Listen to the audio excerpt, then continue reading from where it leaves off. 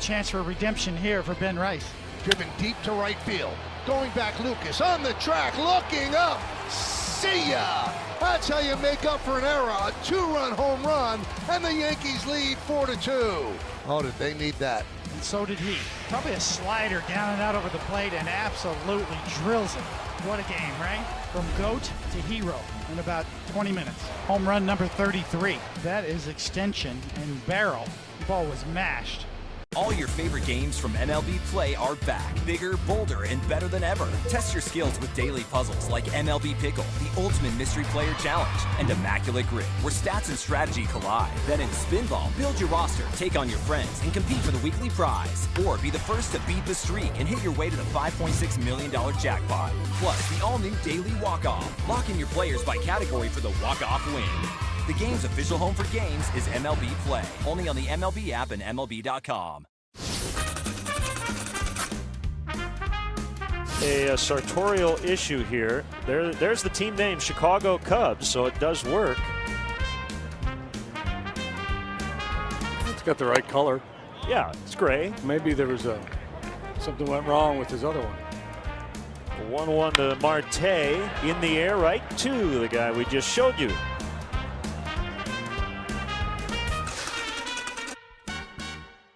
Largest sports book at your fingertips. Circa Sports is sports betting the way it should be, with no bet fees in Illinois. Circa Sports brings you player-friendly pricing, enhanced in-game options, exceptional customer service, and more. Whether you're betting with the home team or scouting the next big matchup, take your swing with the Circa Sports app. Start betting like a pro from anywhere, anytime in Illinois. Download your new bookie today at circasports.com.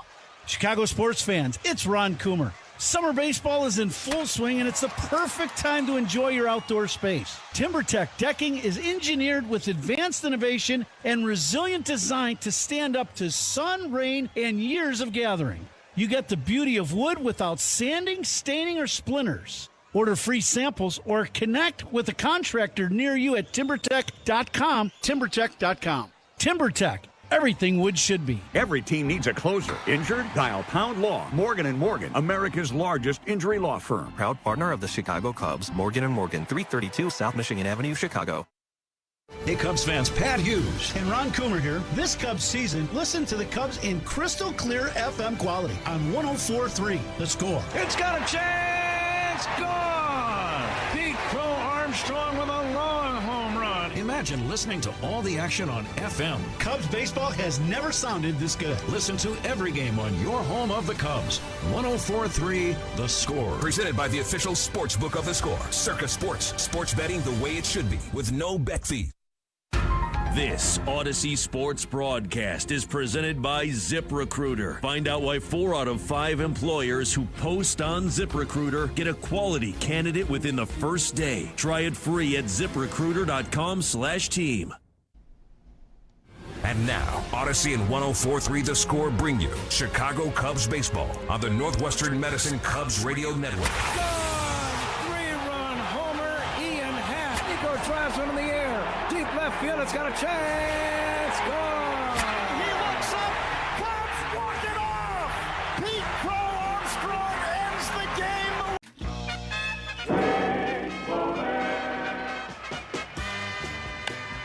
He drives it to deep left center field. Back goes CUBS to the warning track. Leaps it. He has it. He falls over the fence. CUBS fell over the fence as he made the catch. But since he left the ballpark, it's a home run. You've got to stay in the park. Let's give it the old college try. Oh, what a great effort. Chris Sale's 10th start of the season was a beauty. He goes 7 innings, giving up just 1 run, and he is in line for his first win against the Marlins. An outstanding outing tonight by Trey Savage. 6 innings, 2 hits, did not walk a batter, struck out 8, kept the Yankees off the scoreboard. 11 strikeouts from Kyle Harrison. Matching a career-long outing for Kyle Harrison and a dominant 2-hit shutout for the left-hander. Wow. Outman over. Outman with the dive!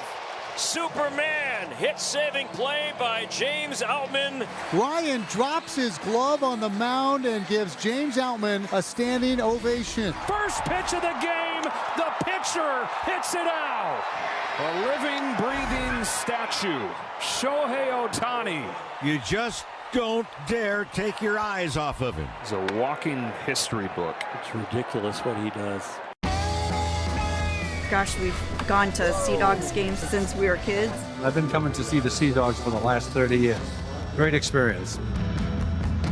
Everybody here is just bends over backwards to help people out and wish the world was like it is right here at the ballpark. We've always wanted to be more than just a baseball team. We want to be strong, active, contributing members of the community. And I think that effort is seen by the people and the fans, and they want to support that effort. Third and playing first base. Alex Bregman, the cleanup man at third base. Ian Happ in left field. Nico Horner at short. The second baseman is Pedro Ramirez. Pedro to bat seventh. Michael Conforto, the designated hitter. And batting ninth and doing the Cubs catching, Carson Kelly. So there are the Cubs. Here are the Diamondbacks. Lars Nootbaar, the final Cardinal. First time we've seen him wearing an Arizona uniform, and Nootbaar will lead off as the designated hitter. Corbin Carroll in right, batting third and catching Gabriel Moreno. Geraldo Perdomo batting fourth, Perdomo at short. Max Kepler in left field. The veteran Nolan Arenado batting sixth and playing third base. Tim Tawa. You know, we like to stay on topic here, but Squirrel. What? Where? Squirrel. Where? Oh, no. How about that? That went right up into the batter's eye, into the camera position. How about that? Whoa, that one will fall into the White Sox dugout. Well, it looks like he's still aggravated about being traded away. She's so excited she just threw it back. That was off the ledge, too. We can't get that down. How do you get out, though? That's the problem. There's no exit. All your favorite games from MLB Play are back, bigger, bolder, and better than ever. Test your skills with daily puzzles like MLB Pickle, the Ultimate Mystery Player Challenge, and Immaculate Grip, where stats and strategy collide. Then in Spinball, build your roster, take on your friends, and compete for the weekly prize. Or be the first to beat the streak and hit your way to the $5.6 million jackpot. Plus, the all-new Daily Walk-Off. Lock in your players by category for the walk-off win.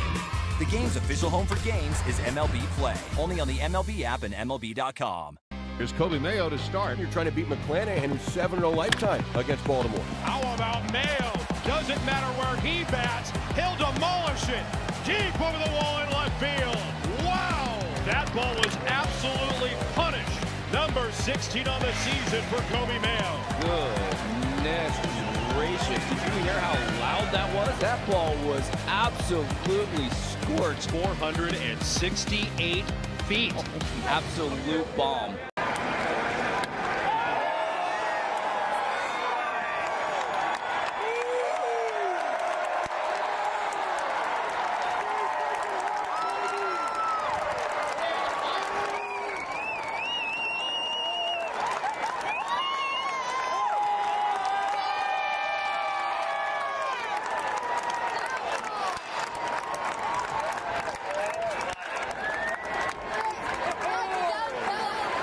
Cubs Radio Network. Spiegel and Holmes, great Cubs guests, and more on your way home, 2 to 6 on 104.3 The Score. 1-877 Cards for Kids. KARS Cards for Kids. Ready to get rid of that old car? Donate it to Cars for Kids. Call 877 Cars for Kids to reach a friendly live agent. Donation is super easy, and your car can be picked up as soon as tomorrow. Call us now or go to carsforkids.org. 1-877 Cars for Kids. Donate your car today. Did you know you can donate real estate too? Are you an adult with uncontrolled moderate to severe Crohn's disease symptoms and still packing a backup bag of clothes? Just in case? Skyrizi Risankizumab Riza can help you take control of your Crohn's. Feel significant symptom relief, including less abdominal pain and fewer bowel movements at 4 weeks. Plus, Skyrizi is proven to help people achieve remission and visibly improve damage of the intestinal lining. Individual results may vary. Skyrizi is a prescription injection medicine. Don't use if allergic to Skyrizi. Serious allergic reactions, increased infections, or lower ability to fight them may occur. Before treatment, get checked for infections and tuberculosis. Tell your doctor about any flu-like symptoms or vaccines. Liver problems leading to hospitalization may occur when treated for Crohn's. Ready to take control of your Crohn's? Ask your doctor about Skyrizi, the #1 prescribed biologic in Crohn's disease. Control is everything to me. Learn more at skyrizi.com or call 1-866-SKYRIZI. Who's on first? Southwest Airlines, ranked first among U.S. airlines by the Wall Street Journal. Based on WSJ's 2025 rankings. See southwest.com/WSJ. It's game time, and that makes the perfect time for a Yingling flight. Just 2.6 carbs and 95 calories, packed with flavor. Flight's the next generation of light beer from the oldest brewery in America. Look for Flight wherever you buy beer. Patrick, it's always good to come back to Arizona. We spend so much time in this area during spring training, February and March. We all love this area. But this is an important series for the Cubs. They lost 2 of 3 in Washington against the Mariners, and you need to get back on track. Winning road series, which the Cubs have been very good at here as of late. In fact, they had won 9 consecutive road series before this past weekend run, dropping 2 of 3. But they did win yesterday, and in some ways a very key win, I felt, just to get something out of the 3 games. Get back on track. The offense really did its job yesterday, banging out a bunch of hits, scoring a bunch of runs, and hopefully get right back on track here in Arizona. Diamondbacks are on the field defensively. The veteran right-hander Merrill Kelly will make his final few warm-up tosses. The uniform descriptions we gave you for both teams, sponsored by Benjamin Moore. On the field or the walls of your home, the right team and colors make all the difference. Official paint of the Chicago Cubs, Benjamin Moore. Kelly not having one of his better years, Ron. He is 8-11. His ERA is a rather beefy 5.37. He's not a kid anymore. He turns 38 in October. Very big man. He used to have one of the best changeups in all of baseball, but he's struggling somewhat this year. Well, and I still think his changeup is his best pitch. It really is.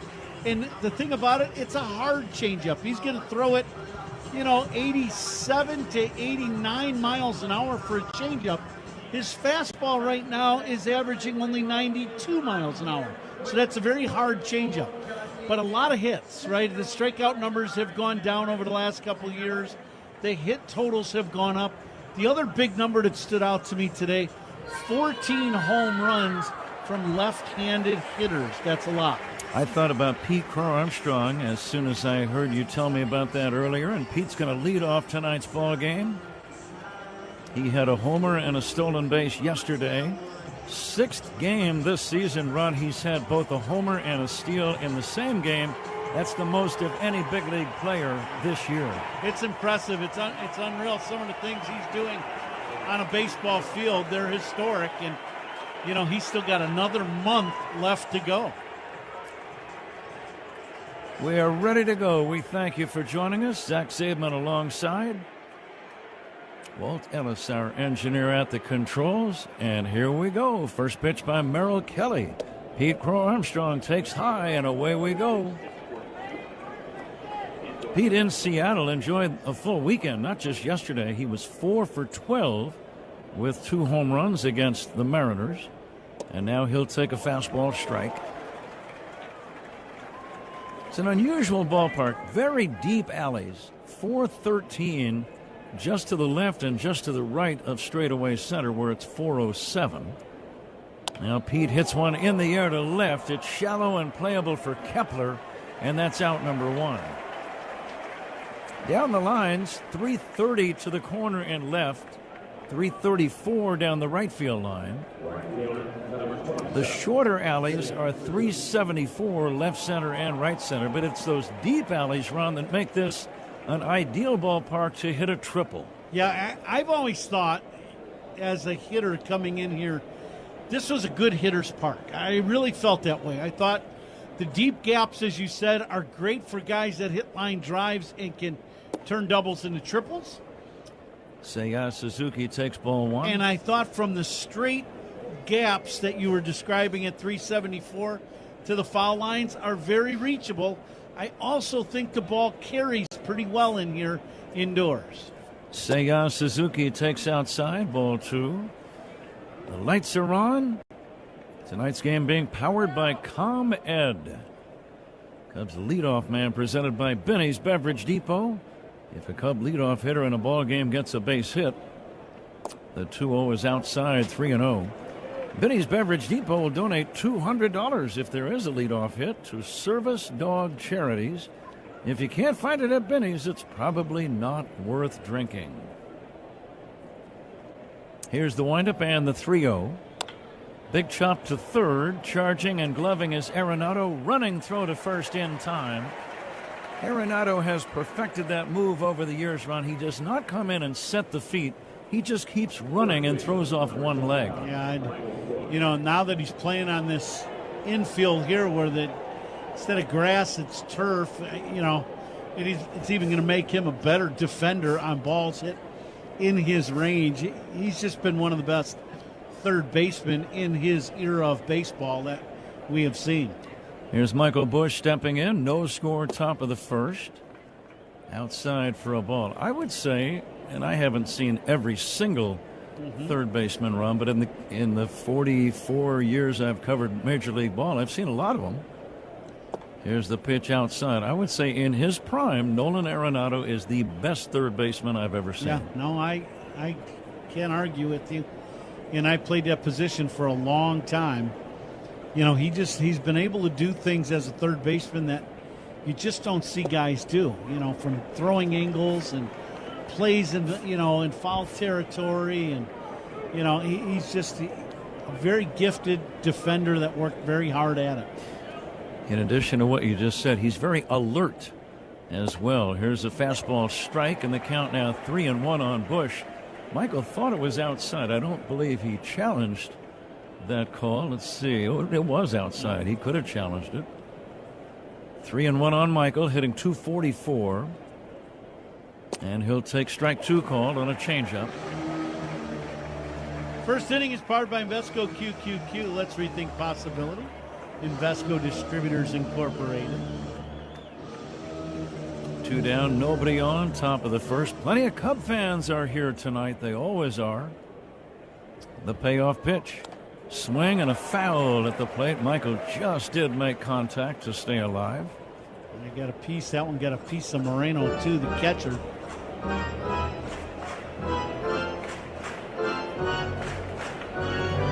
Speed Gun today, powered by Xfinity. Reliable Wi-Fi at one price for 5 years. Xfinity.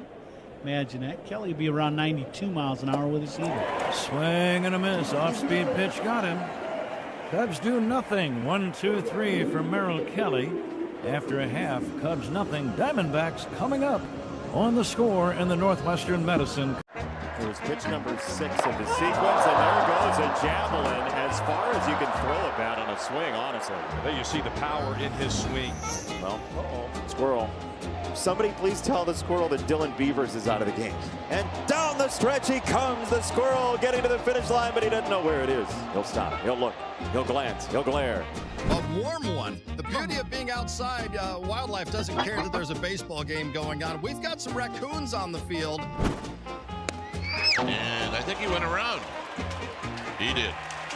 Tough call for Kyle Karros. Well, Kirby will get a front row view of this. Want a juice box while you're down there, George? And the Squirrel's free once again. Hemmed in? No, I won't be hemmed in. I have freedom on my mind. Towels can't stop him, or maybe they can. A triple crown possibility yet again ends in the final week of July.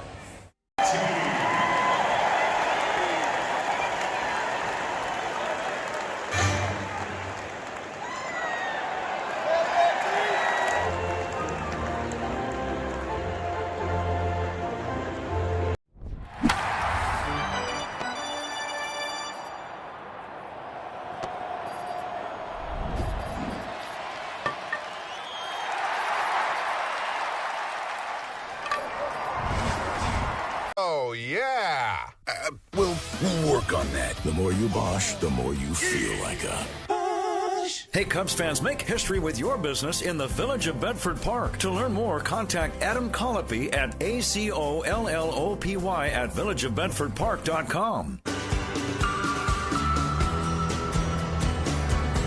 Lars Nootbaar will lead it off against the big, tall right-hander Kevin Gausman.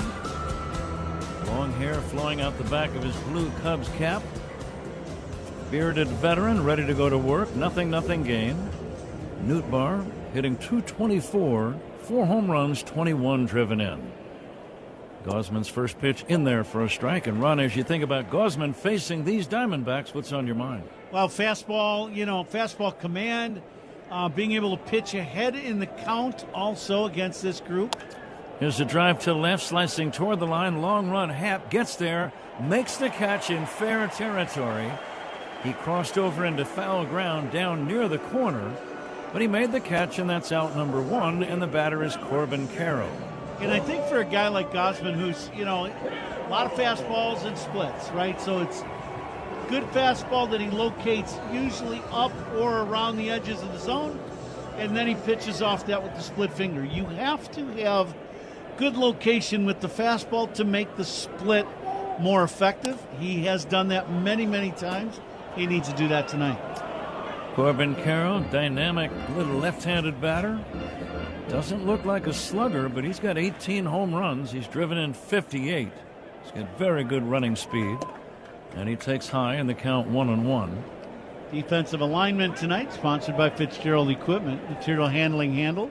Learn more at FitzgeraldEquipment.com. Gausman, a quick worker, deals again. This ball is fouled away. Playing Carroll just shaded around towards right center field. Cubs acquired Gausman on the 2nd of August. That's when the deal was officially consummated from Toronto. And now the 1-2. Strike 3 called. Carroll caught looking. Kevin Gausman gets the strikeout. Strikeouts by Cubs pitchers. Those are always good to see. They are also brought to you by your Chicago and Northwest Indiana Hyundai dealers. 2 down, no score, bottom of the first. Base is empty for Gabriel Moreno, probably their best hitter. .306 average. And he'll take a strike. I know you've always raved about this guy, Ron. Yeah, he's a good player. You gotta, love when a catcher can play a lot. He does a lot of things. He's, hitting over 300, and he's, middle 400s in plate appearances. So he's playing every day as a catcher. Yeah, and he's an offensive threat and does a good job behind the plate. Throws pretty well. 10 home runs, 64 driven in, so a lot of clutch hits. Here comes the 1-1, and that's going to be inside. Cubs are going to challenge this. Carson Kelly thought it was a strike. Ball strike challenge, sponsored by Northwestern Medicine. Let's see what we got. Waiting for the final verdict to be delivered by the jury. And it was a strike. Ball's overturned. Chicago has 2 remaining. Good challenge by Carson Kelly. 2 down, nobody on. Nothing game. Bottom of the first. We know it gets late back in the Midwest for these games out here in the Western time zone. We thank you for staying up. This ball is down low, 2-2. Whenever I see a guy run with a relatively low number of home runs, like Moreno with 10, and a pretty good number of RBIs, 64, that tells me he's a clutch hitter. Yeah, there's no doubt about it. He's getting a lot of big hits with men in scoring position. Absolutely.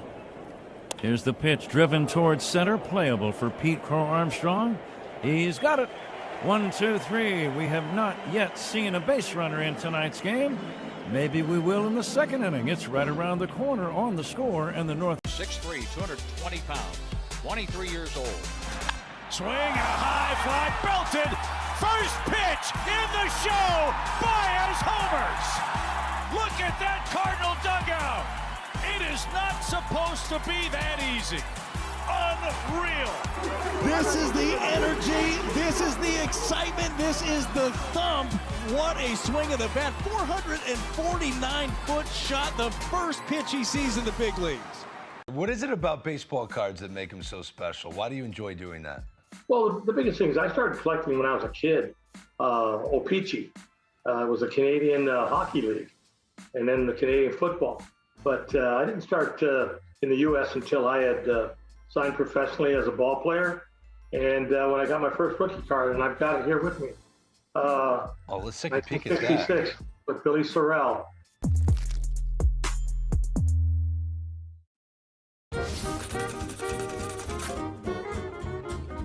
Guess who that is? Roger McDowell. Check him out. He has his uniform on upside down with the shoes on the hand, and it looks like he's walking on his hands. Has his cap hanging down. That's supposed to be his head. Well, the Mets really trying to turn it around. They do, however, trail in this ball game 4-0. I love that.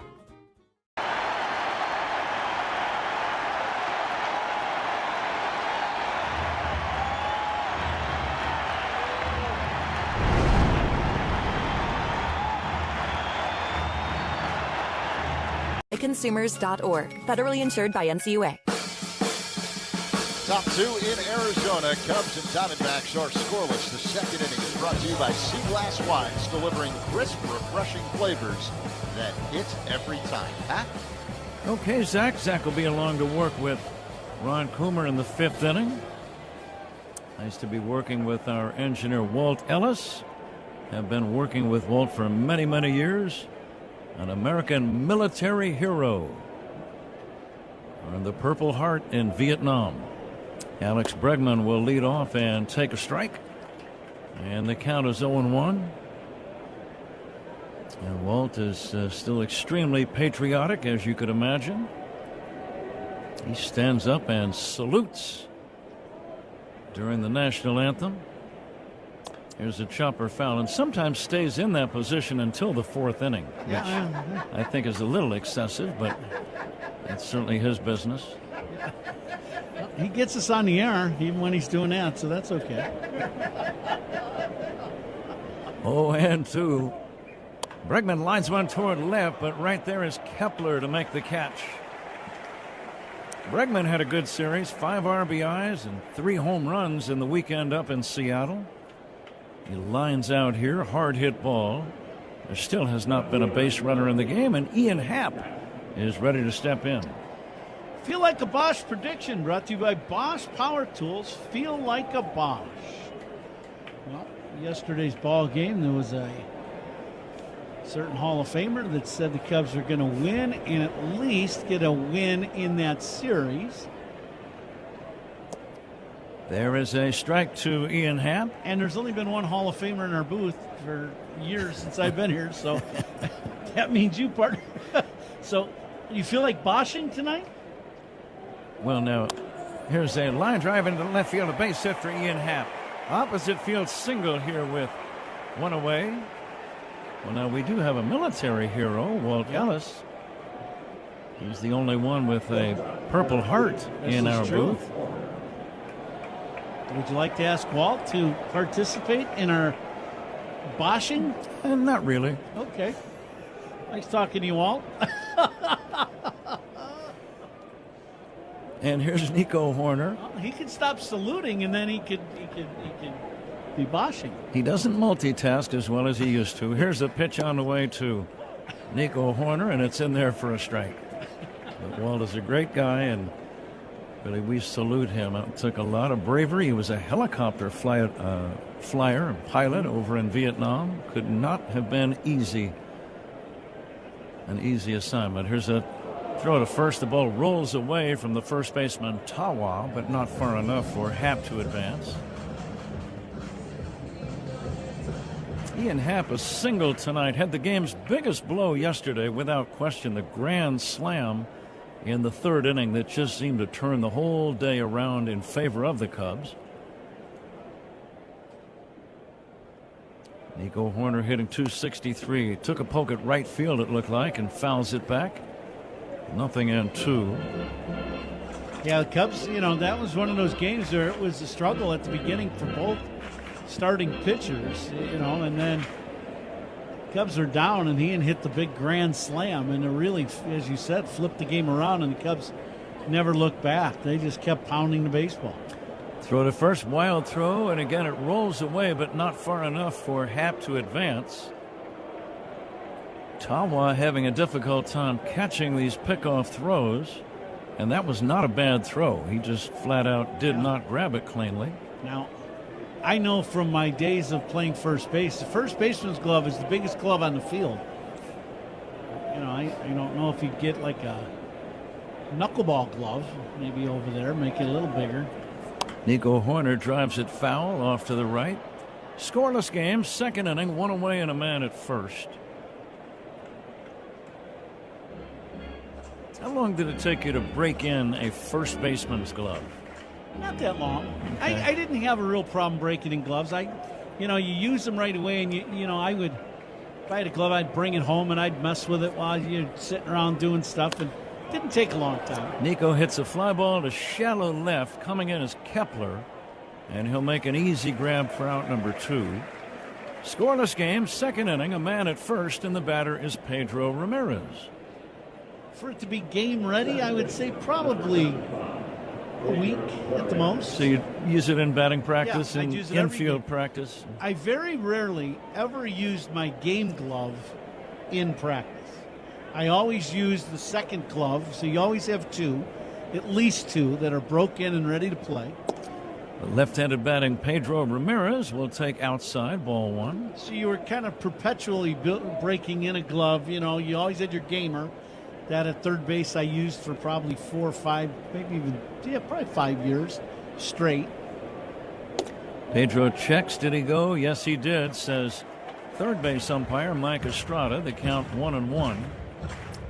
Pedro had a grand slam late in yesterday's game. It should be noted it came against a position player who was on the mound.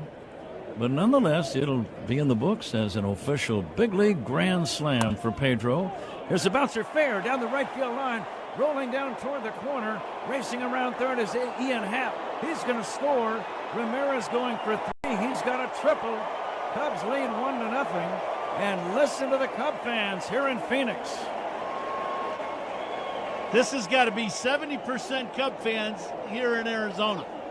This is a big-time Cubs fan base here in this state and in this city, and they have showed up in force here in Arizona.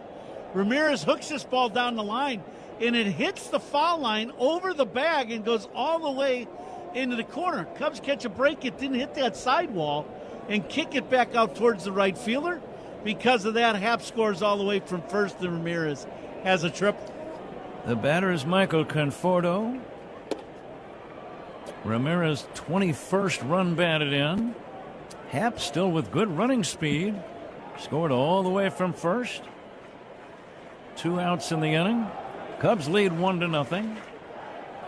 And now the 1-0 to Conforto. And he'll take inside, and the count now 2-0. Triples by Cubs batters. With that triple, North Shore Adult Diapers makes another donation to the Northern Illinois Food Bank. Visit solvehungertoday.org. Swing and a miss by Conforto. I thought I vaguely heard a little hoot of enjoyment as I was reading that adult diaper spot. You wouldn't know anything about that, would you, Ron? It was not me. It did not come from the first row. It came from row 2, and I think Walt, he's still awake. Yeah, Walt's shaking his head. Wasn't him. So there's only 4 of us in the booth. Walt says, men with Purple Heart don't make that sound.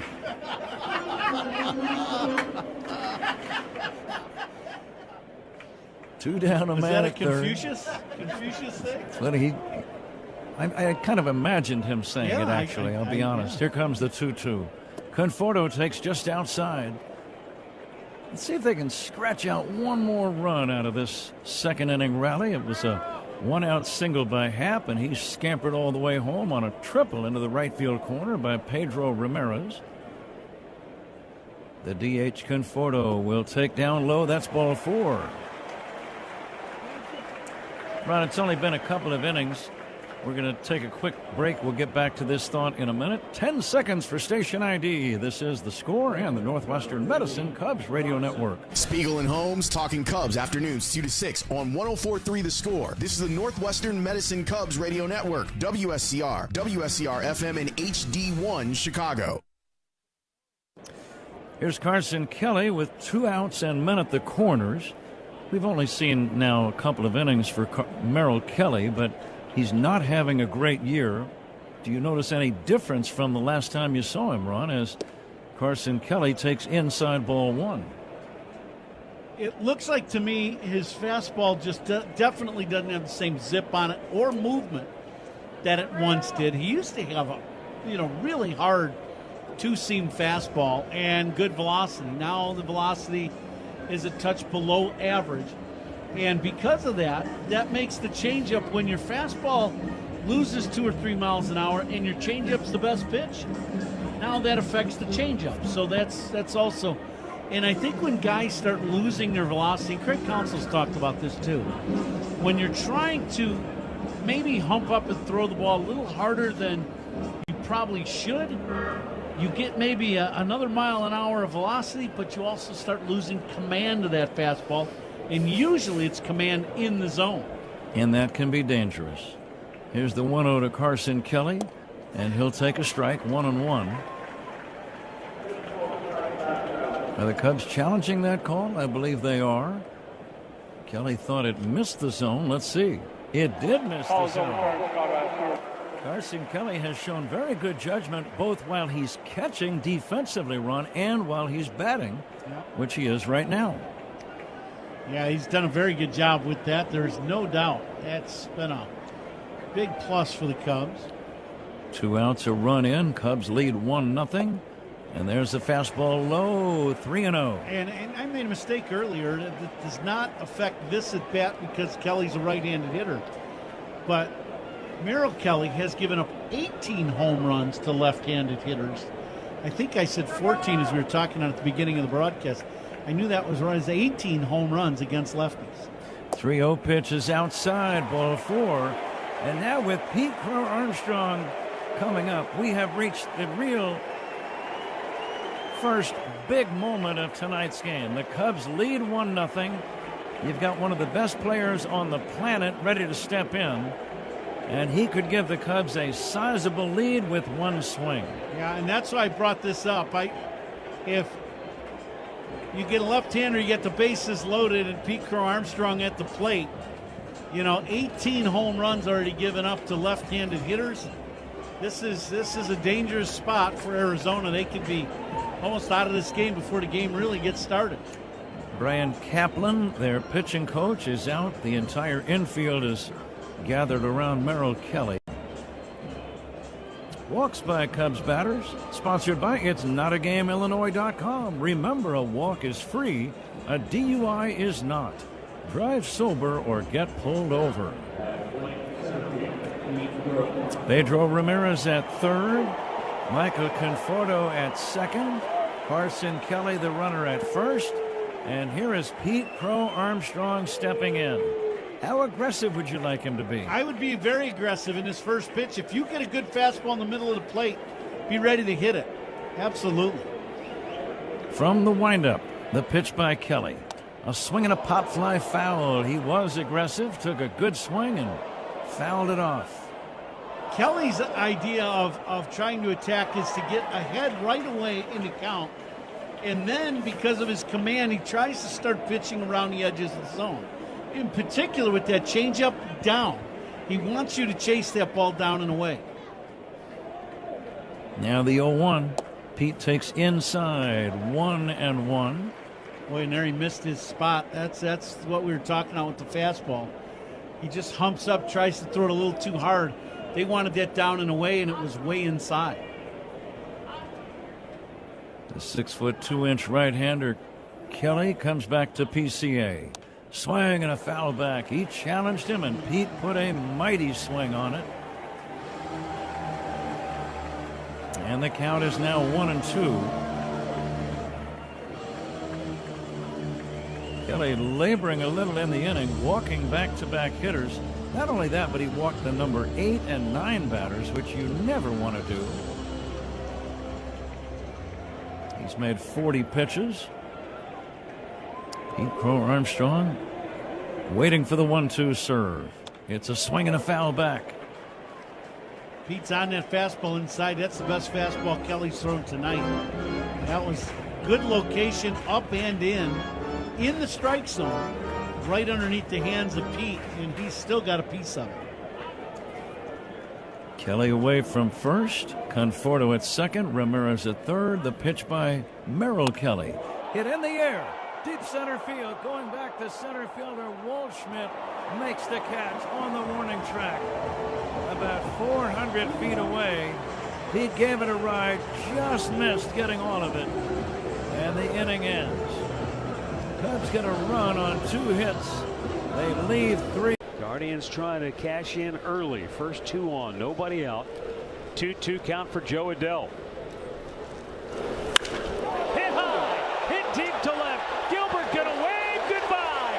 High into the bleachers it goes. And it's a 3-0 Guardians lead right out of the gate. That makes his knee feel better, I'll guarantee you that. That was a changeup that stayed up, and Joe Adell absolutely punished it. There's a storm warning in South Florida. It's the Miami Marlins. Baseball's hottest June team, and they stay red hot this month. The fish are flying and are officially the hottest team in baseball this month. Otto Lopez is looking extremely all-starry at short. He's among league leaders in batting average, hits, and multi-hit games. Otto Lopez has himself yet another multi-hit day. Right beside him, Xavier Edwards, putting up solid on-base numbers while flashing some silky smooth glove work. Throw in Liam Hicks breaking out at 27, Max Meyer emerging as one of the league's best pitchers, and Sandy Alcantara starting to regain his Cy Young form. And hey, they've already proved they can beat the best. This season, they're the only team to hand losses to aces Shohei Ohtani, Paul Skeens, and The Miz. Red flags are out in Little Havana. These Marlins are dangerous. Puedes ser el dueño de grandes momentos del béisbol. MLB Auction te permite participar en la subasta de bates, bolas y jerseys autografiados, con artículos de tus equipos de grandes ligas favoritos, leyendas y jugadores. Visita auctions.mlb.com. Member FDIC. Shop Grand Appliance for expert advice, fast delivery, and the lowest prices every day on top brands like Electrolux, Frigidaire, and more. Visit grandappliance.com for full details.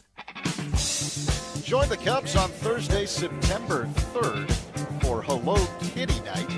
Fans who purchase tickets through Cubs.com/specials will receive a limited edition Hello Kitty Cubs plushie. Wow. Yeah, don't miss out on this offer. Meow. Oh, I like the ending, the meow. Nice touch, Zach. Wow. Did you rehearse that? Didn't you hear him earlier today? Yeah. He was in there. Yeah. Perfect execution. It was. As far as you know. And modest of you to point that out. Geraldo Perdomo leads it off with a count of 1-1. Here's the windup by Kevin Gausman and the pitch. And it's taken down low and inside for a ball. Modest, you said, huh? A little. Yeah, very much so, yeah. Here comes the 2-1 pitch on the way. Perdomo takes down low. Both teams involved in the wild card scene in the National League. The Cubs are the top wild card team. The Phillies are 2 games behind the Cubs. And then San Diego right now is the 3rd place team. The pitch, a called strike. The batter, Perdomo, wants to take another look. He's challenging the call by Lance Barrett. And let's see what the verdict is. That is a strike. Wow. The entire ball was in the strike zone, so that's not a good challenge. No, and Perdomo really, he thought that pitch was well off. As soon as the ball hit the glove, he thought it was away, and it definitely was not. Payoff pitch, and that is strike 3 called. Fastball got him. Perdomo called out on strikes. Gausman has begun his night in strong fashion, setting down the first 4 batters, 2 of them on strikeouts. And the batter is Max Kepler. Yeah, that's good fastball right down at the bottom of the zone. Strikeouts by Cubs pitchers, brought to you by Chicago and Northwest Indiana Hyundai dealers. Excellent pitch. Kepler hits a high fly ball to right, shallow and playable for Suzuki. He's got it, and that's out number 2. But getting back to the wild card, you've got the Cubs, the Phillies 2 back, San Diego 4 behind the Cubs. So, in other words, if the playoffs began today, those 3 teams would all be in the postseason. Next up would be this Arizona team, 2 games behind San Diego. So they certainly have a lot to still play for. Yeah, you got a month of baseball left. There could be a lot of things, kind of switch around in all the races. Sure. As far as that goes for the wild card. But that's where the Cubs are really battling. You really love, if you don't win the division, and the Cubs are 6 games back right now in the division to Milwaukee, but you would love to have that wild card series, the first one, at home. And you would have it if you were the top wild card team. That's correct. Which is where the Cubs are right now. But after Arizona, you've got Miami 4.5 back, and then St. Louis 5.5. So those 2 teams still in it. But time does start to dwindle if you get too far behind this late in the year. This is game number 132 for the Cubs. Exactly 30 to play regular season after tonight. There is a strike 2-2 on Nolan Arenado. Cubs lead 1-0. 2 down, bottom of inning number 2. Gausman to Arenado. Bouncing ball wide of third, glove by Bregman. Plants the feet, makes the throw, and one third baseman bounces out to the other. Score that one 5-3. We go to inning number 3. Cubs 1, Arizona 0. It's a 5-man umpiring crew here today, and this young superstar is in the stands. And did their feet get tangled up? Yes, so Hoppy tripped, or he might have caught that ball. There's a fastball. There's a flying bat. It's a high toss. And that ball is off the ladder. It's actually off the ladder. You never see that. Haggerty is on with an infield hit. A little tumble behind the mound. Hat fell off. That was awesome. I mean, you just don't see that. It is gone! Second home run of the night for Miguel Vargas. 4 hits tonight. He was a triple shy of the cycle, but a home run in my world's better than a triple. There's a ground ball the other way. Mason Wynn with a dive. Can he throw it? What a play! How did he do that? I don't know. I put about 5 stars by that one. It was that good. I don't have enough ink in my pen. He was awfully impressive. It was just the fastball early to get the punch out. 7 innings, 4 hits, 8 Ks, and not 1 walk. Domination. Outstanding yet again. What a performance by Brandon Pfaadt. 7 shutout with 7 strikeouts and no walks here in Atlanta. He looks like he didn't even sweat out there. Executed every pitch. There's to the train tracks, and the Astros walk off the Mariners. They win it 10-7 in 10.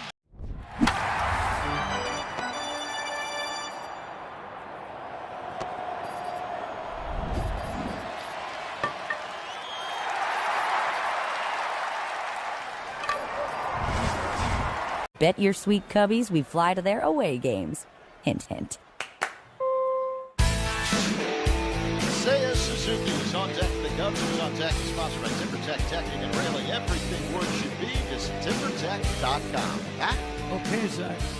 Top of inning number 3. Leading it off is Seiya Suzuki. He bounced out his first time. Seiya takes a strike from Merrill Kelly. Kelly, the big right-hander, fires, misses outside. Kelly's 6'2", 202 pounds. It's his 8th season with Arizona. Almost all of those as a prominent starting pitcher. Here's the 1-1. Sidearm pitch missing a little bit low.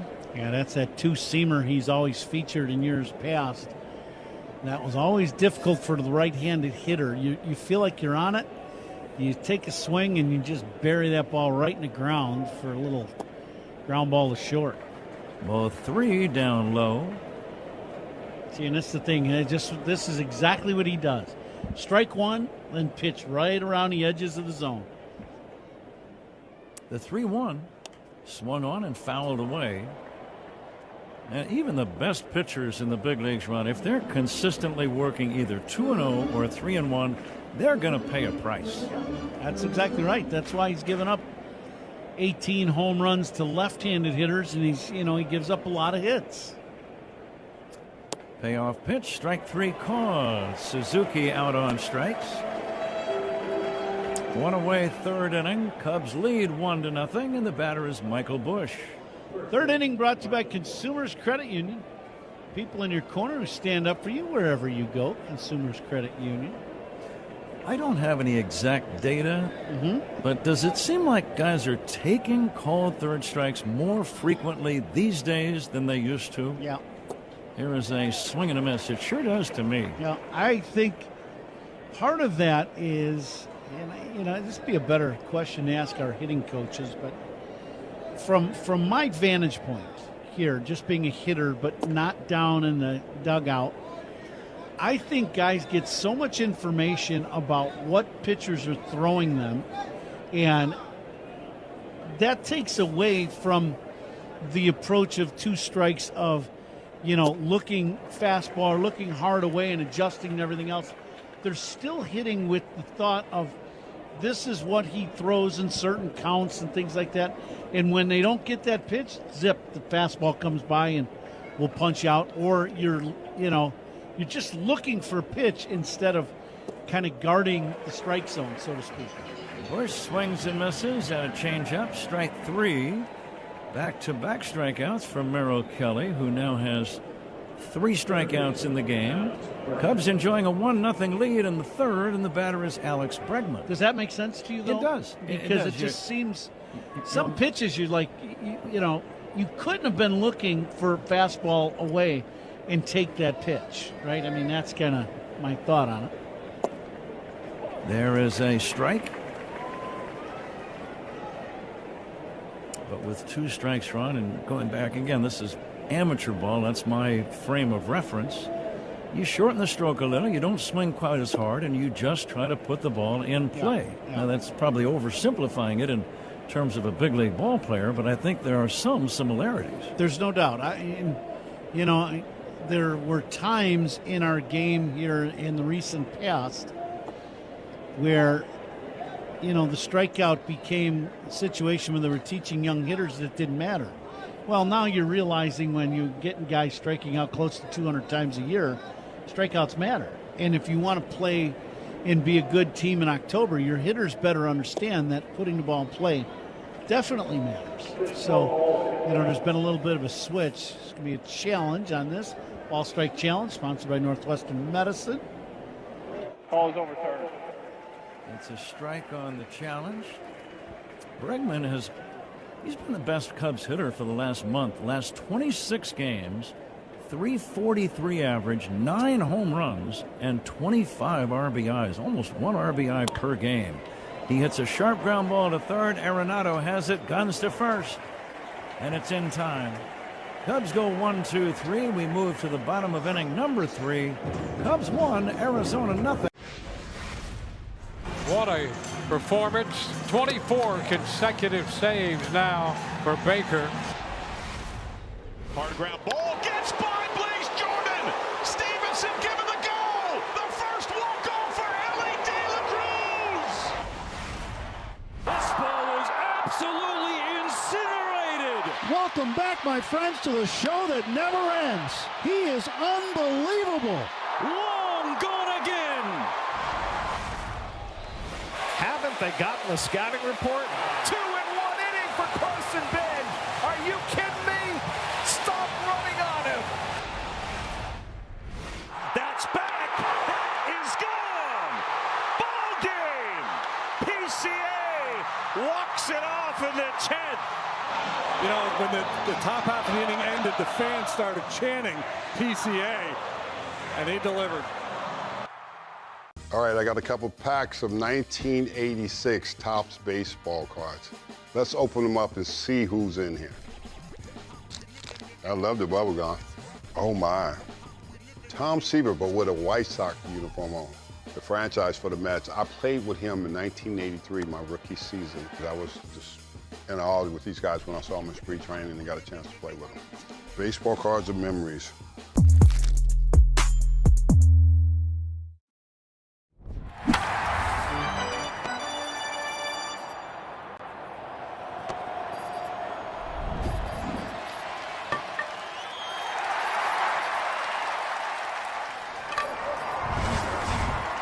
Find yours at your locally owned retailer. Visit BenjaminMoore.com today. Bottom three in Phoenix. Cubs leading the Diamondbacks 1-0. The roof closed tonight. 75 degrees indoors, 102 outside. Time and temperature sponsored by Circa Sports. Sports betting the way it should be with no bet fees. Pat? Kevin Gausman, the two-time All-Star in his big league career, delivers to Tim Tawa, who swings and misses 0-1. Tawa will be followed by Ildemargo Vargas and Ryan Waldschmidt. Line drive to left, a base hit. Gausman hung that one a little bit and paid the price. It's a leadoff single for Tim Tawa, and Arizona has just collected their first hit of the game against Gausman. Yeah, Gausman trying to steal a strike with the breaking ball. Doesn't throw a lot of them. Tried to steal a strike with the hook, but hung it, as you said, Pat. Left it up and out over the plate, and Tawa hit a bullet to left. Just getting started in this series here tonight, as Vargas will take a strike. Same two teams tomorrow evening, and then a day game on Wednesday. Tomorrow night, Clay Holmes starting for the Cubs. Brandon Pfaadt is starting for Arizona. It'll start at 8:40 Central Time. Matthew Boyd against Eduardo Rodriguez in the finale on Wednesday. Here's a pop fly foul. Might be playable. A lot of room in foul space. Bregman runs out of room. I had forgotten, Ron, we only come here for 1 3-game series every year. Right. I had forgotten how much foul territory space there is here. Much more than the average park. Yeah, no doubt. I mean, this is probably the longest distance from home plate to the backstop also. And the warning track around the infield all the way down the line is very big. Fly ball foul to right, back out of play. Yeah, so I agree with you. This is... I mean, you could make a case. This has to be one of the top 2 or 3 ballparks in the league with as much real estate as there is in foul territory. Mm-hmm. It gets loud here, too. The dome has a lot to do with that. The sound just kind of echoes and then comes right back to you. There's a foul back out of play. Yeah, all that metal on the roof. This is... unlike Seattle, where it was basically just an umbrella type situation, where it's an outdoor stadium and then you just had a rooftop. This is not that. This totally seals up. And they needed to here. You know, this summer heat here, what was it, 103, 104 today here in Phoenix. Fastball, strike 3 call. Vargas out on strikes. Third strikeout for Gausman. All 3 have been looking third strikes. Cubs lead 1-0, and the batter is Ryan Waldschmidt. Vargas looking for the split finger, and Gausman splits the plate with the fastball. It goes right back to what we were just talking about. He got a fastball right down the middle and took it. Waldschmidt hitting .277, which is a pretty good average for a number 9 hitter when you think about it. Takes a strike. He's got 2 home runs, 19 driven in. Short lead at first by Tawa. Waldschmidt waiting for Gausman, and the pitch. Low and outside, 1-1. For the last few years, center field was kind of taken up by Alec Thomas, the Mount Carmel left-handed hitter, and he was released, and the Dodgers have picked him up, and he has been brought back to the big leagues by LA. I saw him just the other day playing in L.A. Here's the pitch fouled away. The runner at first, Tim Tawa, was scooting out to a big lead in kind of a dangerous area. I'm surprised that one of the Cubs did not tell Gausman to make a quick throw over. Yeah. The thing to me about the base runners when they do that, once you get that far off, why not just go? I mean, if you're going to get that far off, you might as well just keep running toward second. Set for the 1-2, runner not going. The pitch dribbled foul. As a third baseman, Ron, did you ever have any kind of a signal? Because you can see things that the pitcher can't. All you just yell. You just yell as loud as you know. I always joke about you have your voice. You know, we have a broadcast voice. You know, kind of, you know, you try to project your voice, and then there's the baseball voice. The runner is going to be picked off. He's being run towards second. And now Ramirez runs him back toward first, and Gausman tags him out. Someone's baseball voice just worked, partner. He was dancing around, flirting with danger for the last several pitches, and finally he gets picked off. Yeah, hop, going off the base. You know, he was off as far as you would for your secondary lead. Gausman still had the ball. So that works out great for the Cubs. It'll go 1-3. 4-1, right? Yeah, there you go. Yeah. 2 down, base is empty. Cubs lead 1-0, and the batter Waldschmidt swings and misses. Strike 3. 4th strikeout for Gausman. It's time to move on to inning number 4. 1-0 Cubs over Arizona on the Score in the Northwestern Medicine Cubs Radio Network. Every strikeout and home run is heard right here on 104. How do you go from a triple play to a two-way star through a bracelet and the babe? Find out on Hall of Fame Connections.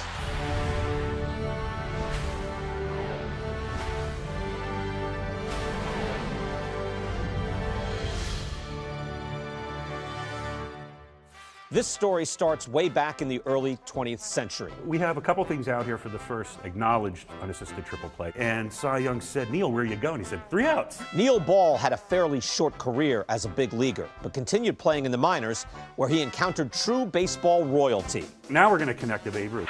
He dominated the game like no one else had before, both across the country and around the world. I'm holding Babe Ruth's back. During a 1934 baseball barnstorming tour of Japan, Ruth faced 17-year-old pitcher Eiji Sawamura. Sawamura became a hero in Japan, and the Nippon Professional Baseball League's version of the Cy Young Award bears his name. Maeda won the award in 2010 and again in 2015, when the runner-up was Shohei Ohtani. First pitch crushing! Oh, man! Like the 3 outs of a triple play.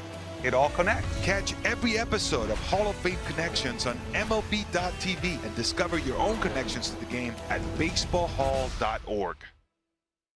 Puedes ser el dueño de grandes momentos del béisbol. MLB Auction te permite participar en la subasta de bates, bolas y jerseys autografiados, con artículos de tus equipos de grandes ligas favoritos, leyendas y jugadores. Visita auctions.mlb.com.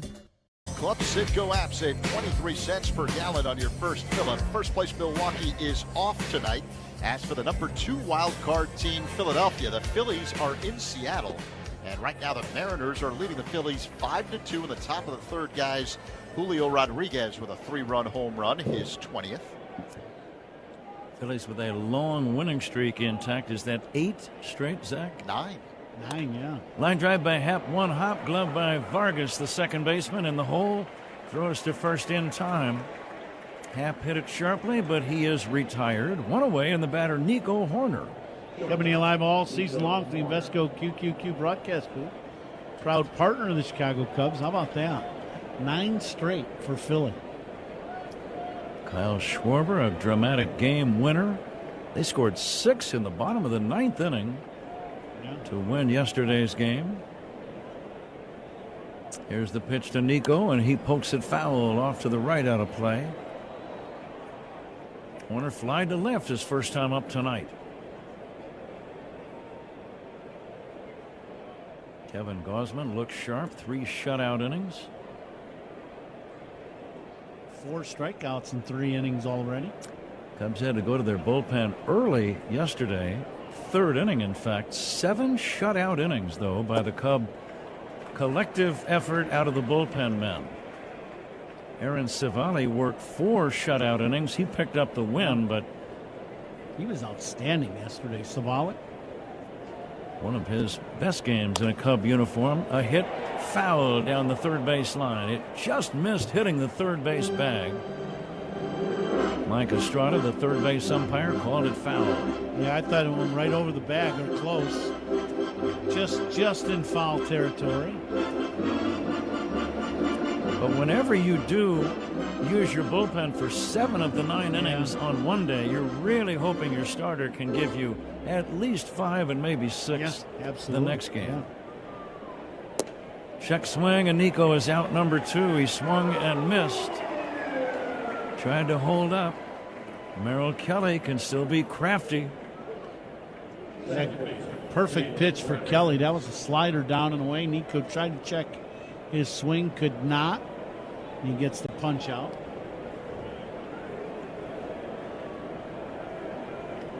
Now Pedro Ramirez will be the batter. It's up and inside for a ball. That's also Kelly's 4th strikeout of the game. We've been advised about a name change. Oh, really? Sort of. Here's the 1-0 pitch, taken low and in. Did you change your name? I was going to say there's a lot of plaques around baseball that would be very interested in having to change the plaque if that's you there. Mike Estabrook is the third base coach. I believe there's been an announcer calling him Estrada. Oh, yeah. Yeah, so Estabrook is the third base umpire? Mike is his first name. Yeah. And that's what he'll be called from now on. Makes me feel better that you weren't changing your name, I can tell you that. Here comes the next offering. It's taken high for a ball. 3-1.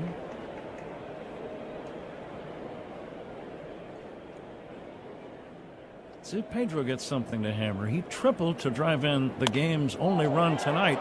He drives one in the air, deep left center. Going back is Waldschmidt near the track, makes the catch. Right out near that 413 sign. I think in some parks that ball might have been gone, but not here.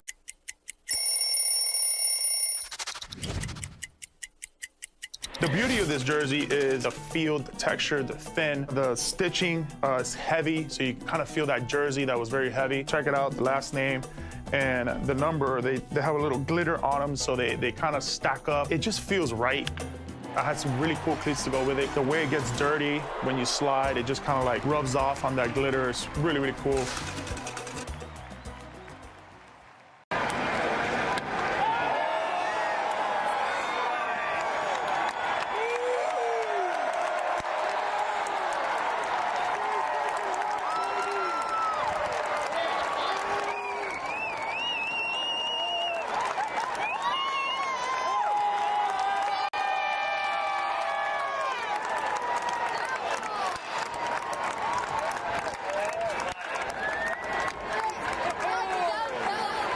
All your favorite games from MLB Play are back, bigger, bolder, and better than ever. Test your skills with daily puzzles like MLB Pickle, the Ultimate Mystery Player Challenge, and Immaculate Grid, where stats and strategy collide. Then in Spinball, build your roster, take on your friends, and compete for the weekly prize. Or be the first to beat the streak and hit your way to the $5.6 million jackpot. Plus, the all-new Daily Walk-Off. Lock in your players by category for the walk-off win.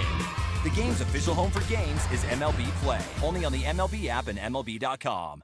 Puedes ser el dueño de grandes momentos del béisbol. MLB Auction te permite participar en la subasta de bates, bolas y jerseys autografiados, con artículos de tus equipos de grandes ligas favoritos, leyendas y jugadores. Visita auctions.mlb.com. Team. ABOC. Banking built for Chicago. Chicago weather is tough. Your home siding should be tougher. Hardy Siding is engineered for our climate. James Hardy Building Products, siding with the Cubs. Learn more at JamesHardy. Underhand feed leads Gosman to the bag nicely. Score that one 3-1. One away here in the bottom of the fourth. Cubs lead 1-0, and the batter is Corbin Carroll. And guys, the first out, sponsored by Xfinity. Reliable Wi-Fi at one price for 5 years. Xfinity, imagine that. Former Cub Kyle Schwarber is the home run leader. He's got 39 bombs this season for Philadelphia. Sal Stewart of the Reds is the RBI leader with 98, and Nasim Nunez of the Nationals leads in steals with 42, Pat. All right, Zach, thank you.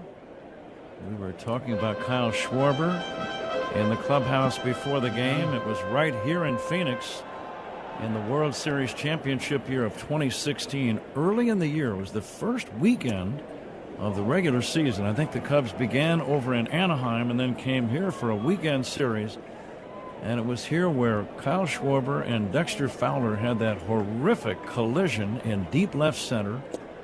And it just blew out the knee of Kyle Schwarber, and he had to be helped off on a stretcher, and it was horrendous to watch. And then he had the immediate major surgery, and he came limping into the clubhouse either the next day or the day after, and he looked like he had lost every friend he had ever had. It was pathetic. And I said, Kyle, you're going to be back, man. You're going to be back. And little did I know that he would be back that year, and he would actually be ready for the World Series.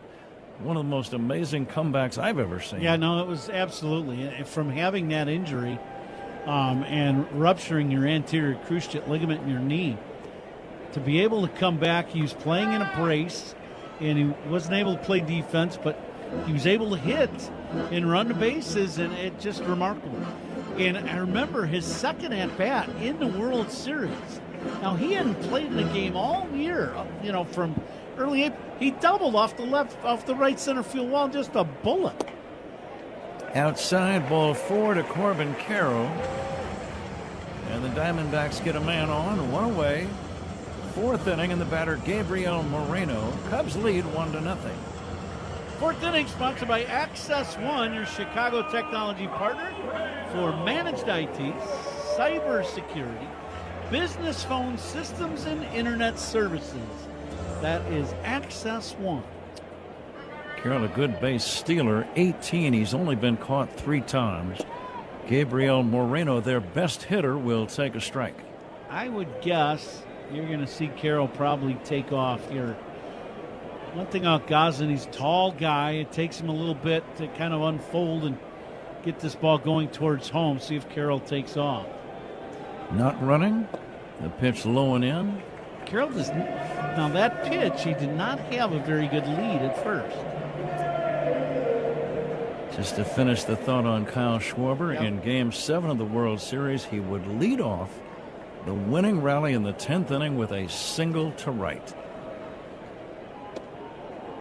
Cinderella. Yeah, isn't that something? Fastball is up and in. 2 balls and a strike.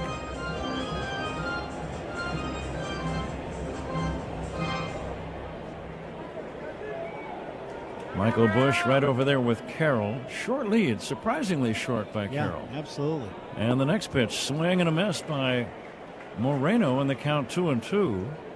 Would that be a decoy move possibly? I don't know. I don't know if they feel like they've got Gosman's timing down to steal, and you're going to take that, that hop lead and go like, Nico does on occasion. I've not seen Carroll try to do that yet, but for a guy with his kind of speed, and that's his game, his speed, he is not taking much of a lead at all. Cubs lead 1-0, bottom of the 4th. An RBI triple by Pedro Ramirez in the second inning is the difference so far. A 2-2. There's a toss to first. Diving back in is Carroll. In that dive, he dove, and by the time he put his arm out, he was, at the bag already. So his leadoff is probably a good 3 feet short of where you would think he would be. Mm-hmm. Another short lead by him. Not running. Here's a pop fly. It's playable, I believe. Shallow right. Busch on the first baseline will make the catch behind the bag. Maybe a step or 2 from the outfield grass. And that's out number 2. Spiegel and Holmes talk Cubs baseball in Chicago sports every weekday from 2 to 6 on 104.3 The Score in the Odyssey app. Geraldo Perdomo, the batter. Perdomo called out on strikes his first time. The runner goes. The pitch, a strike. Throw to second base. Not in time. Stolen base for Corbin Carroll. He had a big jump. You knew it was inevitable he's going to go. It was very odd with Moreno at the plate, the lead and how short it was, but he steals this base easily. He's a dynamic player, there's no doubt. You know, there's some guys that play the outfield that aren't big, strong guys. You know, they're strong, but they're not big. And they can do some things. Cubs have Pete Crow Armstrong and Corbin Carroll, another dynamic player. The 0-1 pitch to Perdomo is inside. It's even, 1-1. First out in the inning, sponsored by Xfinity. Reliable Wi-Fi at one price for 5 years. Xfinity, imagine that. We better make our picks in the Benny's Beverage Depot attendance game before it gets too late here. The pitch outside. A lot of Cub fans here. I would say that there are 33,133 fans. 33133. Now the 2-1 from Gausman. The runner goes. The pitch is high. Throw to third, and he's safe at third. Bregman had to reach to the inside of the bag and make a leaping catch, and then he tried a swipe tag. I'm not sure if the Cubs are going to challenge that one or not. They're not going to. So the question was, Cubs are not going to challenge. The question, when you see this play, right away, did Bregman tag him on the helmet? That was the question. He does. I don't believe he ever touches him, but he sweeps the tag down and just misses him. If he tags him on the helmet, he would be out at third base. Boy, I couldn't tell. I thought he might have tagged him. The 3-1 pitch. Ground ball right side, fielded by Bush. Underhand feed to Gausman on the bag. Inning over. No damage is done. 4 shutout innings for Kevin Gausman. 1-0. The Cubs lead as we go to the 5th inning, and Zach Seidman joins Ron Coomer in a moment on the score. And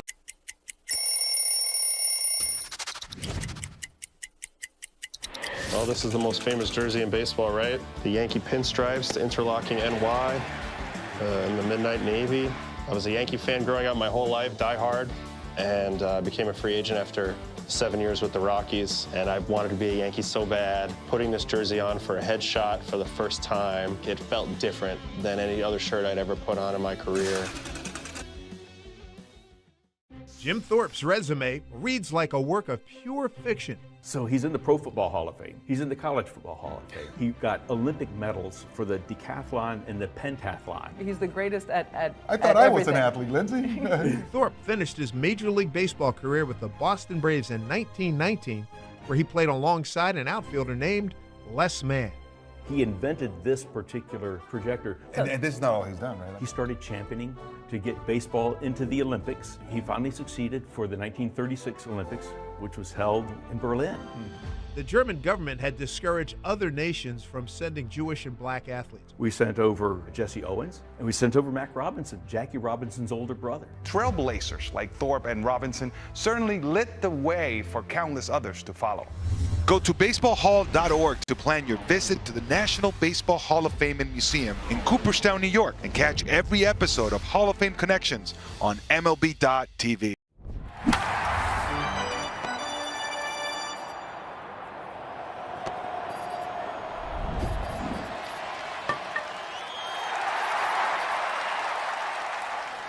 Line at greatclips.com. Great Clips. It's gonna be great. Top of the 5th in Arizona, the Cubs with a 1-0 lead over the Diamondbacks. Michael Conforto at the plate. Left-handed batter, the right-hander Merrill Kelly deals, and Conforto looks at a fastball low. Count is 1-0. Pedro Ramirez with an RBI triple in the second to put the Cubs ahead. Arenado playing in wide of third. Here's the 1-0 to Conforto. He swings and lines one for a base hit into right center field. This will roll all the way to the wall. Conforto digging for second base. He'll stop there, standing up. Leadoff double for Michael Conforto and the Cubs here in the 5th. A good start to this 5th inning. Michael Conforto gets his two-seamer. Looked like it was running away from him, and he hammers this ball right over Vargas' head at second. And the one thing about playing in these indoor facilities is the turf. The playing surface plays very fast. Even as quick as Carroll is in right field, he could not cut that ball off, and it goes all the way to the wall. So here comes Carson Kelly to face Merrill Kelly with Conforto at second base here in the 5th. No one out. Cubs up 1-0. Righty-righty matchup. Merrill Kelly deals. Carson Kelly swings. Ground ball hit to short. Fielded by Perdomo. The throw across in time to get Carson Kelly. One away. Conforto stays at second. Yeah, Kelly sure a little frustrated with himself. He got that two-seamer running in and didn't get to it. Just hits a little two-hopper right to short. Doubles by Cubs hitters. They're sponsored by Southwest Airlines. Reliable, comfortable, convenient. Southwest just makes sense. So an RBI opportunity, Coom, for Pete Crow Armstrong, who digs in with one out here in the top of the 5th. Conforto at second base. PCA 0 for 2. Here's the pitch. And Crow Armstrong fouls this one away. Out of play, off to the left, 0-1. I'm actually kind of surprised they're going to pitch to him. Even if they don't intentionally walk him, you know, that unintentional walk and that first pitch was a backdoor hook, and it was in a hittable spot, so they're pitching to him. Kelly sets up high. The kick and pitch. High and outside to PCA. 1 ball and 1 strike. We've got to continue playing the Binny's Beverage Depot attendance game. Oh, yeah. Sounds like you're excited about it. Absolutely, every day. We'll get your guess in a sec. Now the 1-1. Crow Armstrong swings and misses out in front of a changeup. So the count is 1-2. I know you're riveted. I will say 32,000. All right. I'm going to go 33,500. The guesses are in. Good luck, men. Kelly is ready. Conforto at second. The 1-2. Crow Armstrong hits a ground ball to second. It's fielded by Vargas. The throw to first in time. Out number 2, moving to third on the play. Conforto. Yeah, that's one of those at bats for Pete that, you know, if you go to home plate and I just don't think they were going to throw him. They threw him a first pitch backdoor hook for a strike that he swung and fouled off.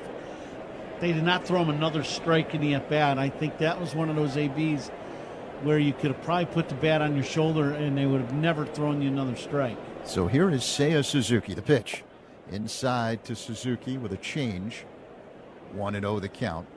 2 down here in the top of the 5th. Conforto at third. Cubs with a 1-0 lead over the Diamondbacks, the opener of a 3-game set. Kelly faces home plate. Here's the kick and pitch. Suzuki hits a high fly ball deep down the left field line.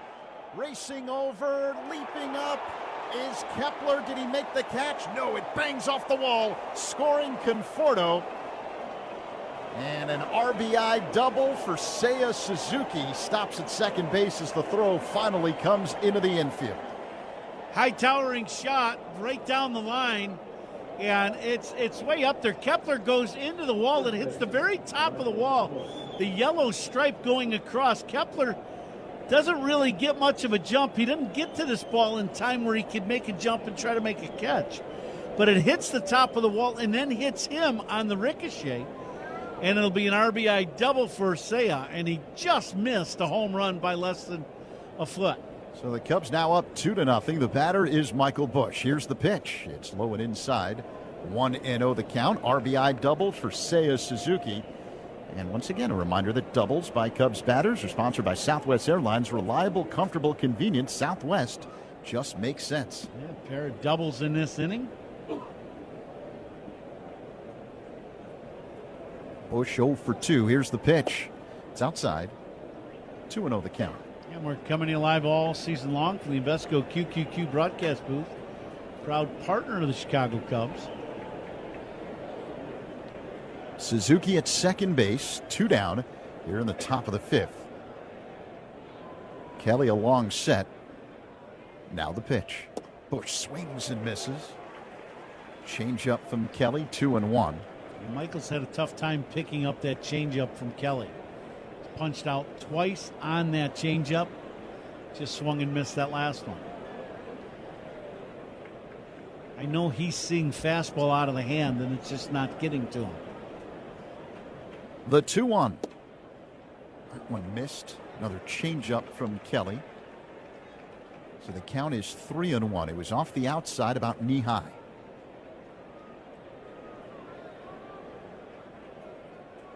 Suzuki is at second base, 2 down, top of the 5th. 2-0 Cubs. Bush waits. Here's the 3-1. That's a called strike, a breaking ball from Kelly. Full count.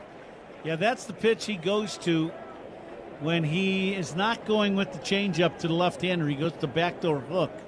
Doesn't throw a lot of them, but he's been around the league a long time. He knows what he's doing out there. That was a perfect pitch. Now time called. Kelly steps off the mound, rubs the baseball. If you're Bush at the plate, and there's some jawing being done right now between Cubs third base coach Quentin Berry and the Diamondbacks dugout. I think they're wondering if Berry is it's got to be some kind of signals of some kind, I would think. That's the only thing I can think of. That they're trying to relay signals. And the Cubs dugout, they're all kind of yelling back and forth now. A lot of finger pointing between both dugouts right now. It's getting pretty heated. Yeah. All right, Bush back in the box. We're ready. 3-2 the count. Suzuki at second. The pitch. Little bouncer, foul off to the right. You know, they made the rule change, or at least said they were going to enforce the rule prior to the start of the season, where the base coaches had to be in the actual coaches' boxes along each line. We haven't really seen it enforced. No, it doesn't get enforced at all, and probably rightfully so for the most part. The 3-2. That's low and inside. Ball 4. Bush draws a 2-out walk. Now the Cubs have men at first and second. And red-hot Alex Bregman is due to hit. Good at bat by Michael, not chasing. He got behind in the count and did not chase those pitches around the edges of the strike zone. Good job by Michael, and this probably makes sense to me. The pitching coach going out to talk to Kelly, I think. Oh, it's Torey Lovello. Torey Lovello. Maybe he's done for the day. Wow. Pitch count at 83, and it's the one thing out Kelly. The only thing I wonder is if, with all the jawing back and forth, if there's, he's just trying to make sure he settles them down. But 83 pitches in the ballgame, there is someone warming up, or there was, in the Diamondbacks bullpen. Now, Torey Lovello is basically waiting for the home plate umpire, Lance Barrett, I don't to think walk they're to the taking mound. him out. No, they are not. No. Now Lovello is having a conversation with Barrett as he walks back to the Diamondbacks dugout along the third base line. I think that was also part of his intention. Yeah, there's no doubt. He wanted to talk to Barrett and make him aware of what's going on. Because obviously the Diamondbacks dugout did not like what Q was doing over at third base. They were jawing at him pretty hard, and then the Cubs dugout was kind of backing Q. All right, so Kelly stays in the game. Cubs have men at first and second, 2 away. Alex Bregman at the plate. Kelly deals, and Bregman takes a strike, a sinking fastball from Kelly, 0-1. Bregman, his last at bat, hit a bullet put right at Arenado at third. 2-0 Cubs. 2 on, 2 away here in the 5th. The pitch. Bregman looks at a slider off the outside and a little low. 1-1 the count.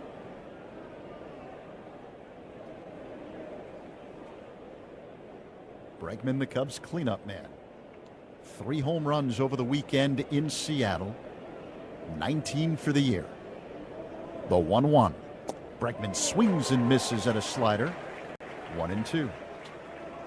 This inning, Kelly has found his breaking ball. That's the third one he has thrown in a big spot this inning, and he's thrown 3 good ones. Kelly sets up high. Checks second. That's where Seiya is. Here's the 1-2. It's low to Bregman. Missed with a slider. 2-2 the count. Cleanup hitters for the Cubs, sponsored by Chicagoland's appliance leader, Grand Appliance. Get your all-star Frigidaire kitchen today at grandappliance.com. 2-2 the count. Here's the pitch. Bregman pops it up. Foul out of play. Off to the left. That was a fastball from Kelly. And me to the order. It's brought to you by Pete's Market, Chicagoland's largest family-owned and locally operated grocer. The 2-2. Bregman swings, pops it up again. Shallow right, racing back the first baseman Tawa in foul territory, has a play, makes the catch right along the side track for out number 3. Cubs lead 2 but score 1. They've got a 2-0 lead over the Diamondbacks. Middle 5 on the score, and the Northwestern Medicine Cubs Radio Network. It is gone! Second home run of the night for Miguel Vargas. 4 hits tonight. He was a triple shy of the cycle, but a home run in my world is better than a triple. There's a ground ball the other way. Mason Wynn with a dive. Can he throw it? What a play! How did he do that? I don't know. I put about 5 stars by that one. It was that good. I don't have enough ink in my pen. He was awfully impressive. It was just the fastball early to get the punch out. 7 innings, 4 hits, 8 Ks, and not 1 walk. Domination. Outstanding yet again.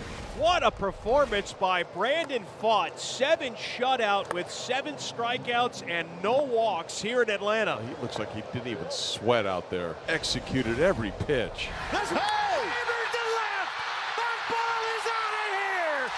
To the train track, and the Astros walk off the Mariners. They win it 10-7 in 10. All right, I got a couple packs of 1986 Topps baseball cards. Let's open them up and see who's in here. I love the bubble gum. Oh my. Tom Seaver, but with a White Sox uniform on. The franchise for the Mets. I played with him in 1983, my rookie season. I was just in awe with these guys when I saw them in spring training and got a chance to play with them. Baseball cards of memories.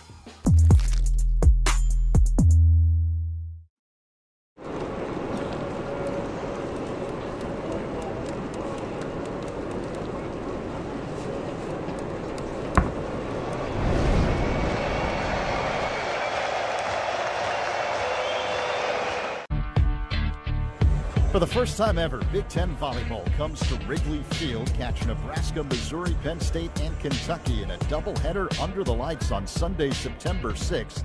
As Kevin Gausman deals and starts off Max Kepler with a fastball for a strike, and Kepler is immediately going to challenge that pitch, which is right along the outside edge. Ball strike challenge, sponsored by Northwestern Medicine. Call is overturned. And it was outside. Knee high, so as you heard from the home plate umpire Lance Barrett, the count now 1-0. The pitch, that's a called strike. Splitter that drops into the zone from Gausman. 1-1. It's a 2-0 lead for the Cubs here in the bottom of the 5th inning. Righty-lefty matchup. Gausman kicks and fires, and Kepler looks at a ball in the dirt. The count is 2-1. Yeah, so Big Ten volleyball at Wrigley Field, Sunday, September 6th at 6 p.m. Tickets available now at Cubs.com/Big Ten volleyball. Now that's pretty cool. I was going to say that's going to be something special. The 2-1 in Wrigley Field volleyball. How cool is that? Last pitch misses outside, so 3-1 the count on Kepler. I mean, I'm sure driving up to Wrigley in the summer, you always see people playing volleyball on Lakeshore Drive. On the beach, absolutely. Kepler looks at a fastball for a strike. It's 3-2. And they always have that professional beach volleyball that plays there as part of their, tour every summer. The 3-2. Kepler hits a ground ball right side, fielded by Ramirez. The flip to first in time, 1 away. The first out, sponsored by Xfinity, reliable Wi-Fi at one price for 5 years. Xfinity, imagine that. So that'll bring up Nolan Arenado. Well, now in this ball game, you got to watch with Arenado because, you got a 2-0 lead. He's going to be looking to try to time something up and hit something out of here.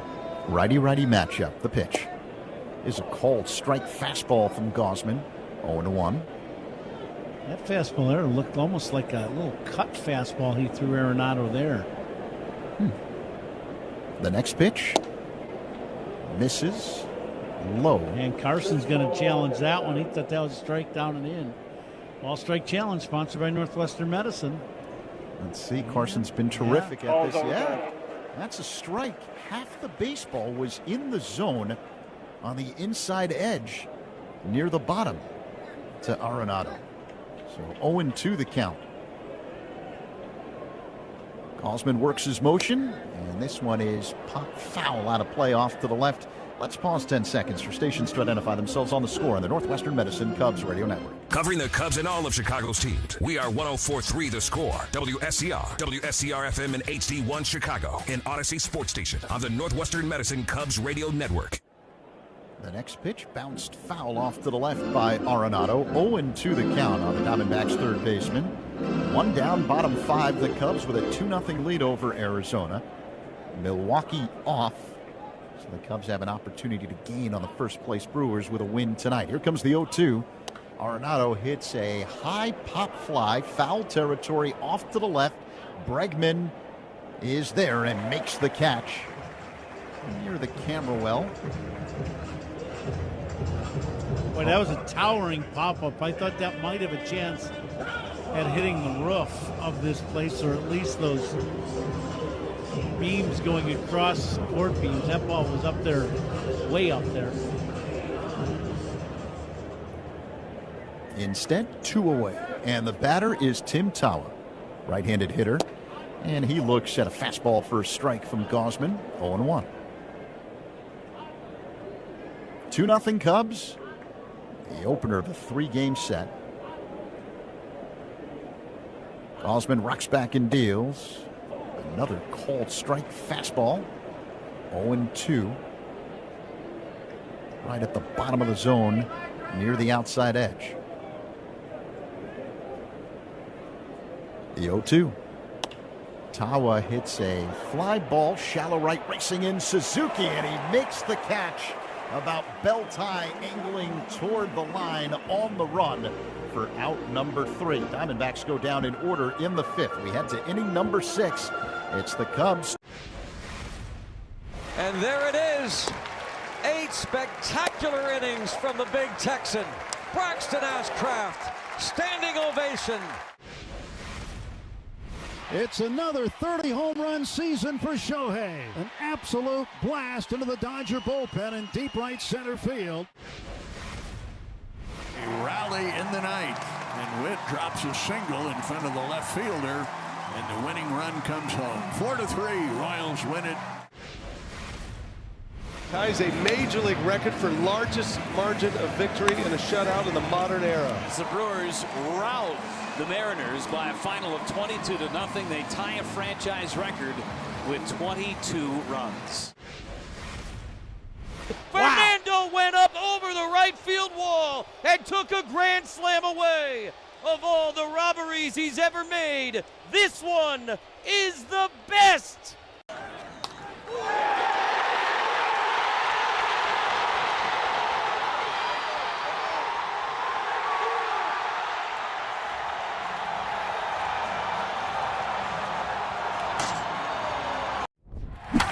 Sea Glass brings you the bright, crisp taste of California's Central Coast. No matter where the game takes you, whether you're meeting up before the game or kicking back after a well-earned win, Sea Glass is the perfect companion. So relax, refresh, and find your coastal state of mind with Sea Glass, proud partner of the Chicago Cubs. Hey, Cubs fans, make history with your business in the Village of Bedford Park. To learn more, contact Adam Colopy at ACOLLOPY at villageofbedfordpark.com.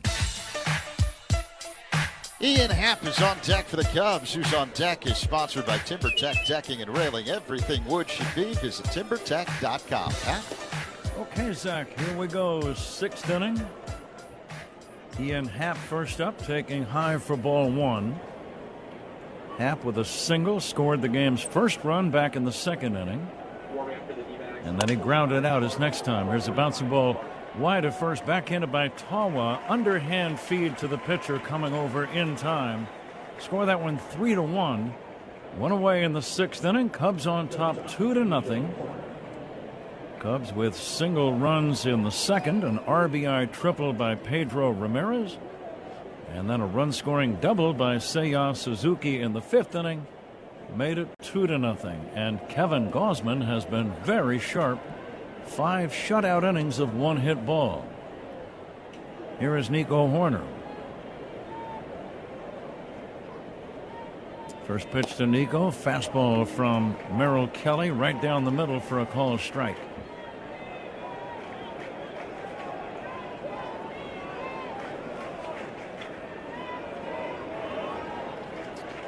Time called as Nico backs away.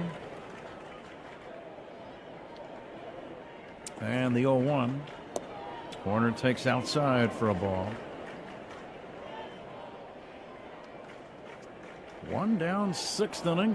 Cubs trying to even up their record on this road trip. This is game number 4. They lost the first 2 in Seattle and then beat the Mariners yesterday and leading Arizona tonight. 2 more games to go. Tomorrow night for game 2 of this series and then the finale on Wednesday afternoon. Nico pokes it foul off to the right and out of play. I know they gave the attendance. I did not hear it. They gave the attendance a few minutes ago. 35, did I hear it? 34? Here comes the 2-2. Nico bangs this one foul out of play off to the right. You may have heard that. I heard 28. Yeah. 704. 28. 704. Extra no-shows. Yeah, there you go. You heard that addendum. Here's a fly ball to center. Pretty well hit, but Waldschmidt is going to make the catch. And that's out number 2. Horner retired. That was before they got your pass list. Yeah, right. This does, because of the dome run and because of the fact that there are always a lot of Cub fans, it does get to be very loud in here. Yeah, there's no doubt. This is one of those ballparks that, and when it's a packed house, it is very loud. You have to learn to be able to communicate, without verbally communicating on the field here at this ballpark. Pedro Ramirez, the batter. He'll take down low. Did the crowd noise ever literally bother you to the point where it was a distraction? No, not really. Mm-hmm. I should say that, yes, there were times where it could be a distraction because it was so Line loud. drive, base hit to right for Pedro Ramirez. Pedro having a good night. His 2nd hit. He drove in the first run with a triple. Let's see if he might be in a base-stealing mood right about now as Conforto steps in. Well, we know he can run, that's for sure. That's going to bring out Torey Lovello, and I think that's going to be all for Merrill Kelly. But absolutely good night for Ramirez. That will be it for Merrill Kelly. The Arizona bullpen takes center stage now as Conforto will face the new man coming in. Pitching changes by the opposition. Puedes ser el dueño de grandes momentos del béisbol. MLB Auction te permite participar en la subasta de bates, bolas y jerseys autografiados, con artículos de tus equipos de grandes ligas favoritos, leyendas y jugadores. Visita auctions.mlb.com. The Arizona Diamondbacks are striking back after a slow start, and it's largely thanks to one of baseball's fastest men. Corbin's on the run. He's going the distance. He's going for speed. Corbin Carroll has been playing like an MVP since his debut in 2022, but in his 4th full season, he's taken his game to a whole new level. This guy's unbelievable. He's unforgettable. On Sunday, Carroll put together one of the best games of his career, going 4 for 4 with 2 triples and a 9-1 Dbacks win. That put Carroll at 8 triples for the season, twice as many as any other player, and 51 for his career. He's the reason why you come to the ballpark. Watch him hit and watch him run. He became the 2nd fastest player of all time to reach 80 homers and 50 triples. Only Hall of Famer Lou Gehrig did it faster. Carroll's on pace to lead the majors in triples for the 3rd straight season, and he's only 1 triple away from tying the Diamondbacks club record of 52.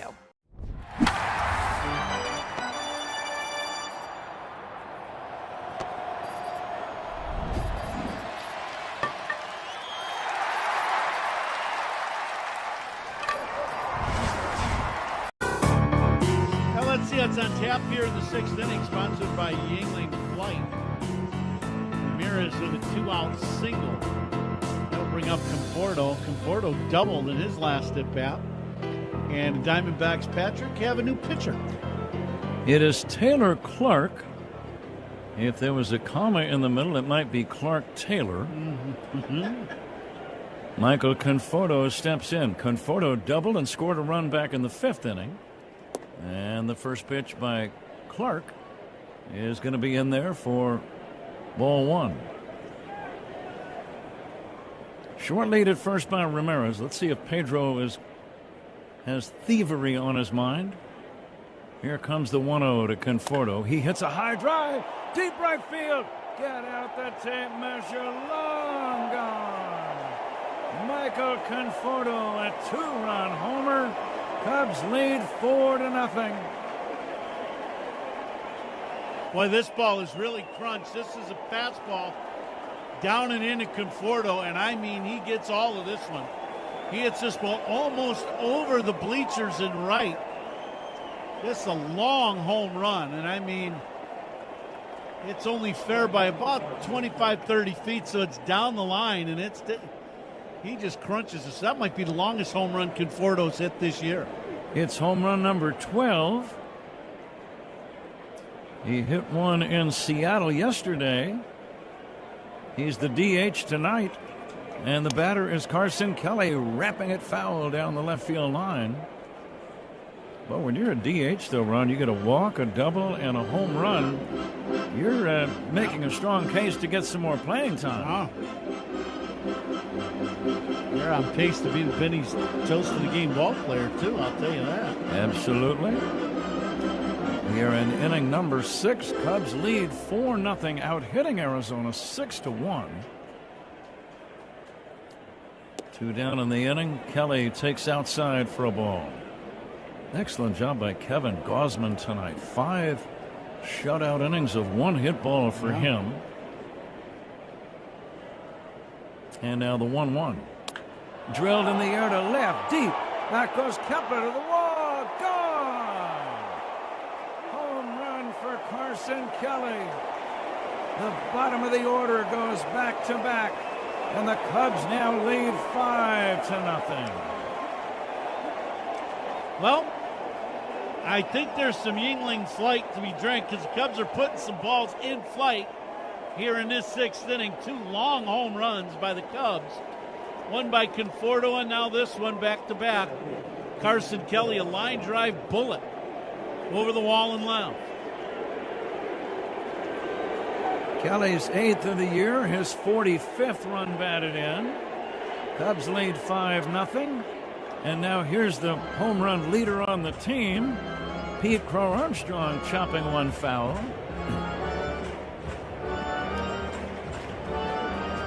Pete in the game has flied out twice and grounded out. And the pitch by Clark, swing and a miss.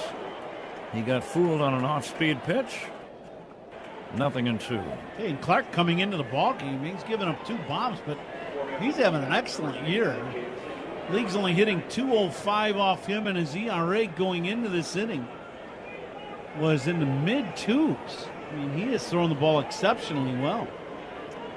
Big right-hander coming back. This ball is hit in the air down the left field line. Deep but playable for Kepler over near the corner. Makes the catch to end the inning. But the Cubs with back-to-back home runs. Michael Conforto and Carson Kelly. They score 3 in the inning. We go to the bottom of the 6th inning. Cubs 5. All your favorite games from MLB Play are back. Bigger, bolder, and better than ever. Test your skills with daily puzzles like MLB Pickle, the Ultimate Mystery Player Challenge, and Immaculate Grid, where stats and strategy collide. Then in Spinball, build your roster, take on your friends, and compete for the weekly prize. Or be the first to beat the streak and hit your way to the $5.6 million jackpot. Plus, the all-new Daily Walk-Off. Lock in your players by category for the walk-off win. The game's official home for games is MLB Play. Only on the MLB app and MLB.com. What a performance. 24 consecutive saves now for Baker. Hard ground ball gets by Blaze Jordan. Stevenson given the goal. The first walk-off for Ellie De La Cruz.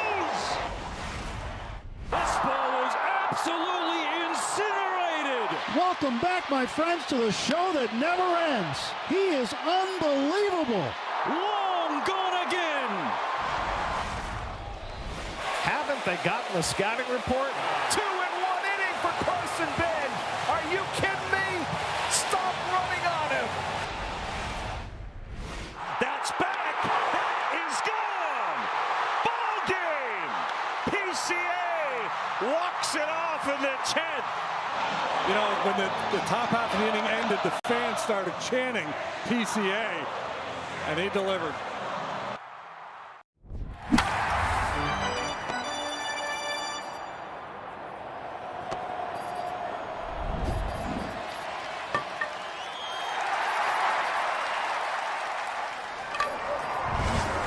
As he fires low to Ildemaro Vargas. And the next pitch popped up foul, and this ball is going to be out of play. Vargas, Waldschmidt, and Nootbaar here in this 6th inning. Now, here in Arizona, they do some things in between innings, and last inning, they call it the dance party. Here comes the 0-2 pitch. Driven toward right center. Pete Armstrong on the run. Dives. Cannot make the catch. It's a single. Good backup on the play by Suzuki, the right fielder. Pete made a dive, missed it by less than a foot in shallow right center, and Suzuki backing up gets it back in. It's a base hit. That's kind of one of those plays. I don't know if Pete is quite sold on whether he was going to dive for that ball or not. And then he got about 2 more steps closer to the ball, and he lays out. Good effort by Pete Armstrong, and a very good job by Suzuki to back him up. Because if that ball goes past, that goes all the way into that 413 corner. That's easily a triple. Waldschmidt the batter. Ryan Waldschmidt, nothing for 1. They're going to challenge this. Ball strike challenge, sponsored by Northwestern Medicine. Ball is overturned. Good challenge by Carson Kelly. Both Cubs catchers, Kelly and Miguel Amaya, have done a very good job and shown excellent judgment in the pitches that they've challenged all year long. Here's the 0-1. Lifted foul to right, slicing back out of play.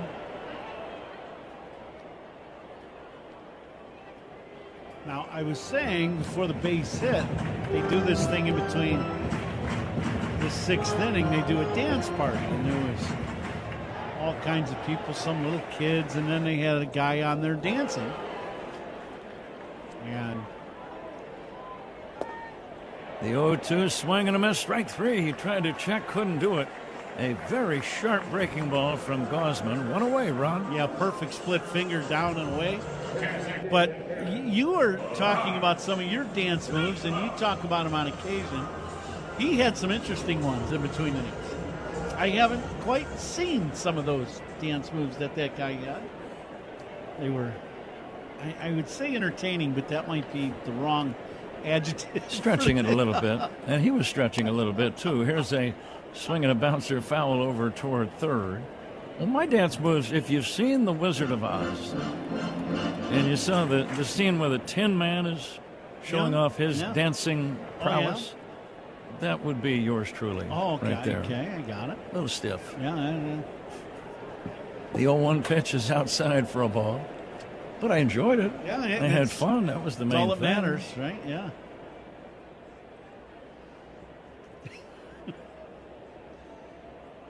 Five nothing Cubs on top, bottom of the 6th inning. And a pitch on the way. High pop fly, right center, playable. PCA says, I've got it. And he does. And that's going to be out number 2. A lot of routine outs in back of Kevin Gausman tonight. That's one way that I measure the effectiveness of a pitcher. They're just not hitting the ball that hard.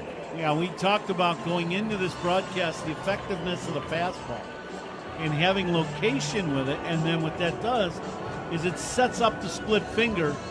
And he has had excellent command of the fastball. He's been able to throw it where he wants. And just what you said, he's been able to get a lot of routine outs. Corbin Carroll, the batter, he'll take outside. And it was a laborious weekend for the Cub bullpen. in Seattle. Game 1 went 10 innings. And then another tough loss on Saturday. And the bullpen used fairly extensively again yesterday, despite the Cubs getting an easy 19-2 win. So this is a real plus for Craig Counsell and Tommy Hotovy, the pitching coach, to have your starter tonight, Gausman, work deep into this game. We're in the bottom of the 6th, and he's going strong. Yeah, and he's at 78 pitches right now. Nobody up in the Cubs bullpen. And you're looking at somebody who, if he can get out of this inning. Swinging a foul back out of play. And you definitely would think he would take the ball for the 7th, that's for sure. Sure. We're going to take a look at a little baseball history as we move along. This date in baseball history brought to you by villageofbedfordpark.com. It's time to make history for your business in Bedford Park. Now the 1-2. Strike 3 caught. 7 or make it 6 shutout innings for Kevin Gausman. He is rolling along, and we roll into the 7th inning. Cubs on top, 5-0 on the score. And Muncy walk leading off the 2nd. He had Max 0-2, and now coming up on the 8th pitch. And Muncy gets into one. Deep right field and into the 2nd deck. Mile High Muncy at it again. Doing much. Tried to throw that sinker, and if they were trying to go in, it went right down the middle of the plate. Center cut. Just didn't know if that was going to go to the 3rd deck or not. Max Muncy's 5th home run at Coors Field this season. And it's now a 5-0 Dodger lead. All your favorite games from MLB Play are back. Bigger, bolder, and better than ever. Test your skills with daily puzzles like MLB Pickle, the Ultimate Mystery Player Challenge, and Immaculate Grip, where stats and strategy collide. Then in Spinball, build your roster, take on your friends, and compete for the weekly prize. Or be the first to beat the streak and hit your way to the $5.6 million jackpot. Plus, the all-new Daily Walk-Off. Lock in your players by category for the walk-off win. The game's official home for games is MLB Play. Only on the MLB app and MLB.com. What else going to happen today? Henderson's bat goes flying into the stands on a strikeout. That's not good right there. See Andy looking at it like, hey, not supposed to be doing that. Yeah, stick to basketball there, right? Oh, no catch. Love to get that one back. Alonso lost the bat as he flung at that high fastball. That's going to keep him up tonight. Can't make that catch. You got to keep that clean, right? You got to catch that. Puedes ser el dueño de grandes momentos del béisbol. MLB Auction te permite participar en la subasta de bates, bolas y jerseys autografiados, con artículos de tus equipos de grandes ligas favoritos, leyendas y jugadores. Visita auctions.mlb.com. The latest fashions at the lowest prices. Getting set for the top of the 7th here in Arizona. It's the Cubs with a 5-0 lead over the Diamondbacks. The 7th inning is sponsored by the Volvo XC90. Room for everyone. Ready for wherever the road takes you. Pat? Dre Jamison. He spells his first name D-R-E-Y. Dre Jamison working on Seiya Suzuki. 7th inning. Cubs lead 5-0. We thank you for joining us. First pitch swung on and missed by Seiya. Suzuki just missed a 5th inning home run, had to settle for a double on a ball that hit the top of the left field barrier. Seiya checks and takes outside for a ball. Cubs trying to get to 20 games above 500. It's got a nice ring to it. Swinging a chop foul at the plate. We'll do it again. It's 1-2. Cubs trying to improve to 4-0 against Arizona for the year. And if they win, it'll clinch the season series against them with 2 more to go tomorrow and Wednesday. Getting back to some baseball history. Quite a few things have happened on this day that I found compelling. For one thing, the great Ernie Banks hit his final home run of his career as the Cubs beat the Reds 5-4. Mr. Cub home run number 512 came in the 1st inning against a pitcher by the name of Jim McLaughlin. Deep fly ball to right center, but it's playable for Waldschmidt. The center fielder makes the catch. And Suzuki is out number 1, and the batter is Michael Busch. As near miss by Suzuki, hit that ball mile in the air, all the way out to the track in deep center field. Cubs lead 5-0. Ed Halicki of the Giants pitched a no-hitter on this date in 1975. Big right-hander, did not have a great long career, but it was the second game of a doubleheader, and he pitched a no-no against the Mets in San Francisco. There is a strike. Here's a guy that you and I both know, Kent Hrbek. Oh, yeah. 1981, Ron. It was his first big league game. Now imagine this. First big league game. Kent Hrbek hit a 12th inning home run, giving the Twins a 3-2 victory over the Yankees. Oh, wow. Against New York, too. It does not say if it was in Minnesota or New York. 81, that would have been the old Met, right? If it was before the Metrodome, yes. Metrodome. Yep. If it was in Minnesota.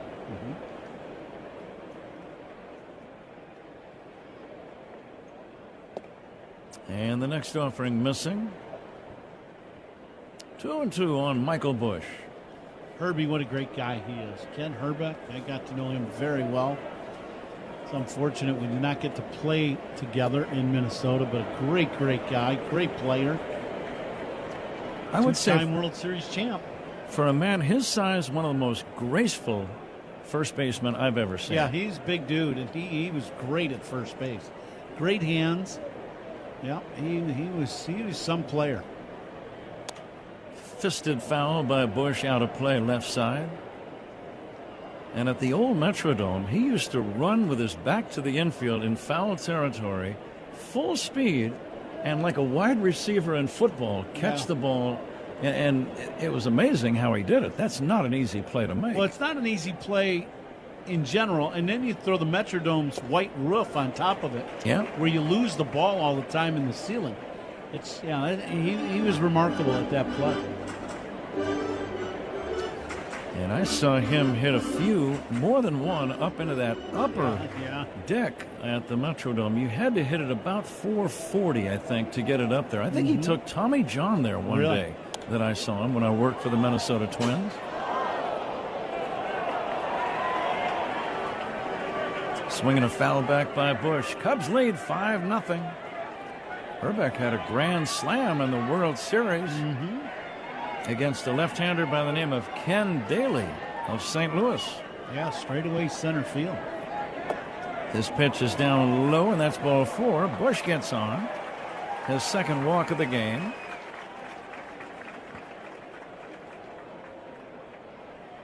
Extra base hits have been a big factor for the Cubs in their runs tonight.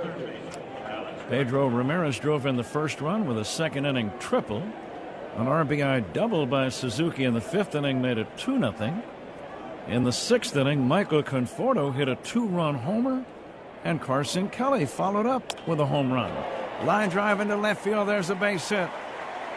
Bregman stays red hot as he singles into left. Just about every game now he's hitting 2 or 3 balls right on the money. Yeah, he's right on time, and he gets this pitch. And this is a pitch inside. He's like a little off-speed pitch, but he hit a bullet one hopper to the left fielder. So Bregman continues to stay hot. That's the second ball he's hit right on the button today. Bregman with a nice, sweet swing, controlled swing. Now it's very direct now to the ball. It's not coming off the ball. It's going right back through the middle. Ian Happ looks at a ball down low. And then if, like that last pitch, if you're just a little out in front, and timing-wise, you still got, that's where you really hit the long home runs.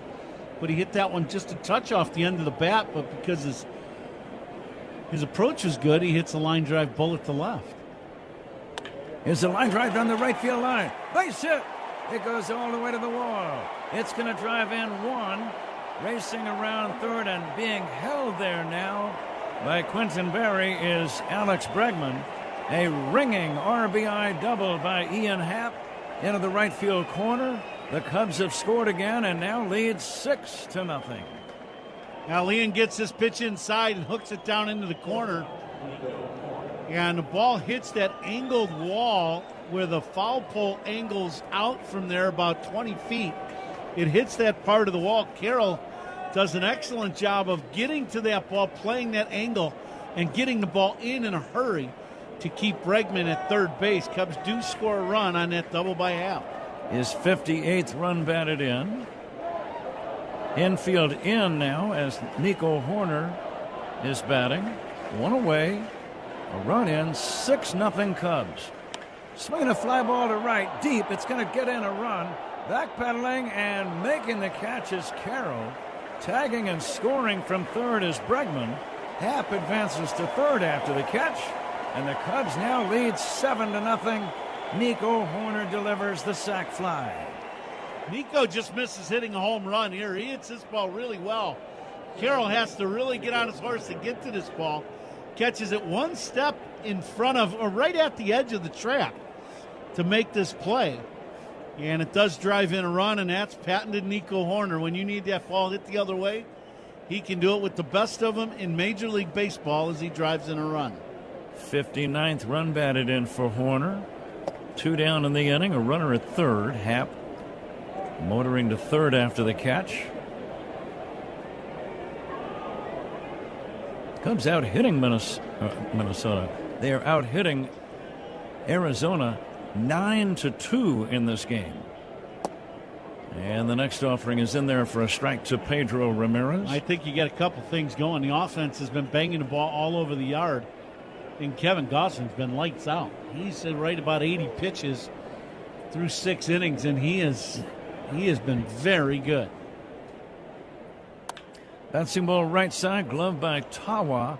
He will take it to the bag unassisted and retire the batter Ramirez. But the Cubs score 2 more. And they have a 7-0 lead as we go to the bottom of the 7th inning.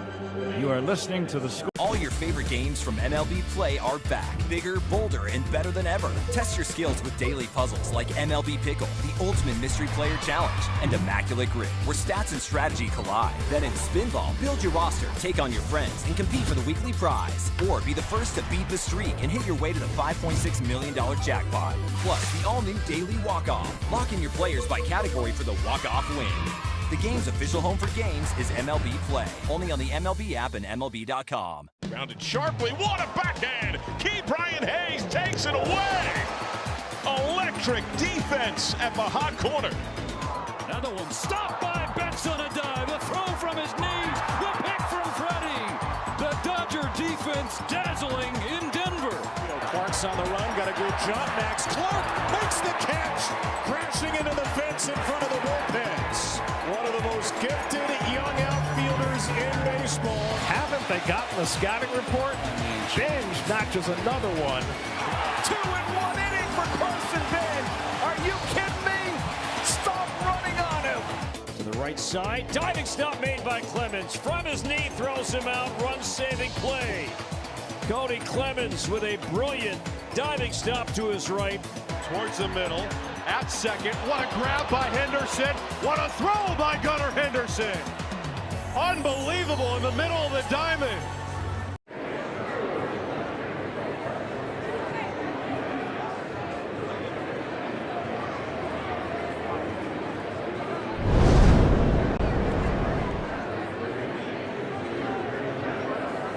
Effortlessly beautiful. Find yours at your locally owned retailer. Visit BenjaminMoore.com today.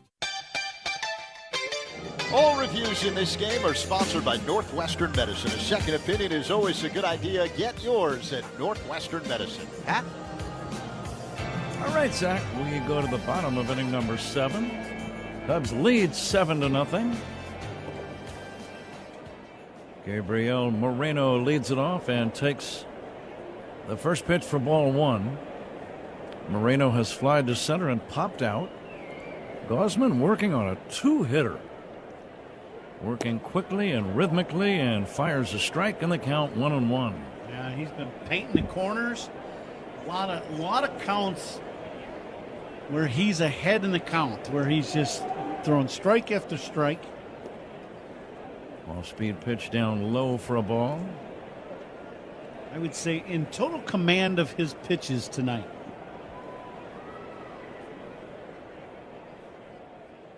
He walked one man. Bouncing ball to third. Routine for Bregman. Takes his time and gets his man at first. One away, 7th inning. Cubs lead 7-0. And here is Geraldo Perdomo. Another good pitch to just get the routine two-hopper to Bregman at third. Excellent pitch. First out in the inning, sponsored by Xfinity. Reliable Wi-Fi at one price for 5 years. Xfinity, imagine that. First pitch in there for a called strike. This is a great baseball story. At least I've always liked it. 1983, this date in baseball history. It's comical, and it's almost hard to believe. But in Baltimore, Tippy Martinez picked off not one, not two, but he picked off 3 different Toronto Blue Jay runners at first in one inning. Ground ball up the middle, but that's right where Horner is to make the play and get his man at first. And there are 2 quick outs here in the 7th inning. Now, if you're the third guy, don't you just stand close to the bag and Yes. just kind of wait till you see the ball going towards home? And then you step out into the infield, and there's your lead. Right? Yeah, You keep your foot you on just, the base. You just stand there, and you don't start moving towards second until you see the ball going towards home. Now, there's more to the story than just the pickoffs. Oh, my. And it's the part I really like. Okay. Because the catcher was a utility man by the name of Len Cicada. Oh, Lenny, yeah, my old infield coach. Now, he was pressed into duty. Yeah. Both catchers for Baltimore were injured. And that And would have been Rick Dempsey, and I don't know who the other guy. He had to be Demper. He was there for a long time. But he was pressed into duty, so there he is catching. Tippy Martinez is on the mound. And he picked off Barry Bunnell. There's a name from the past. Dave Collins, I remember him. Yep, great base runner. And then Willie Speedster. Upshaw. All Really? 3 of them thought that they could get a big lead and not worry. Yeah. Now, I can understand the first 2, but if 2 other guys have already been picked off, I don't even lead off the bag. No, yeah, you kind of almost take that Little League lead. You know, then like just stay right here, and we'll wait till he throws it, and then I'll take my secondary lead. Here's the 2-2. A line smash up the middle, right past Gosman. And it's a 2-out single for Kepler, Max Kepler. Yeah, Lenny Cicada was an infielder, kind of utility, second baseman mainly, but in the big leagues later in his career on those really good Oriole teams was kind of utility infielder. But, Ron, I think possibly, I'm just guessing, since Cicada was catching, maybe these guys, Bunnell and Collins and Upshaw, thought that they could steal a They were bag. gonna run, yeah. You know, and I'm going to get a big lead, and then I'm going to steal. But they were all picked off in one inning, which is amazing. Deep drive by Arenado down the left field line, foul. It had plenty of distance, but he pulled it foul. And then I love the quote by Lenny Cicada. Again, he's the guy that picked off 3 runners. They said, "Lenny, what a great inning. What do you have to say?" He said, "I don't want to have to catch anymore." Here's the 0-1. It's popped up. This is playable. Foul territory. A hustling Bregman makes the play to end the inning. No runs for Arizona. 7 shutout innings for Kevin Gosman. We go to the 8th. Got to get yourself ready. Yes, there are hugs, and then there's that. Now, what is that? It's a What is the purpose of that? It's an anemometer. It And it- measures wind speed. So that's a good. But it looks like a fidget spinner. Meanwhile, on the Cove, it just looks like too much fun. It was so routine, he took his eye off. You got to come up with this play. You got to. You're right there. You had 2 hands. He looked it in. Oh.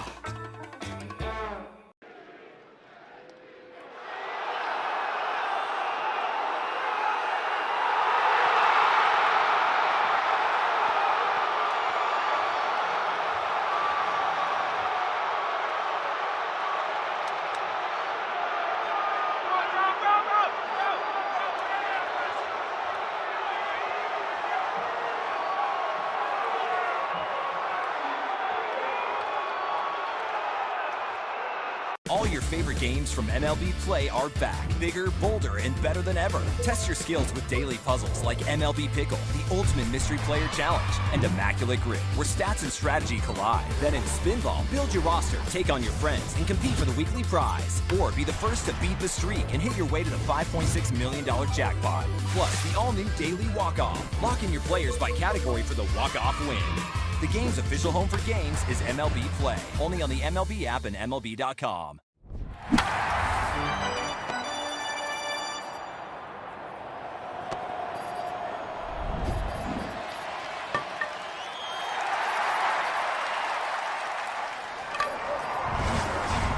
Relocating to the Village of Bedford Park. Learn more at villageofbedfordpark.com. Cubs up 7-0 here in the top of the 8th inning. And all Cubs so far. This 8th inning sponsored by Cars for Kids, 877 Cars for Kids. That's Cars in Decatur. Donate your car today, Patrick. Ron, you are the winner in tonight's Benny's Beverage Depot attendance game. Woo!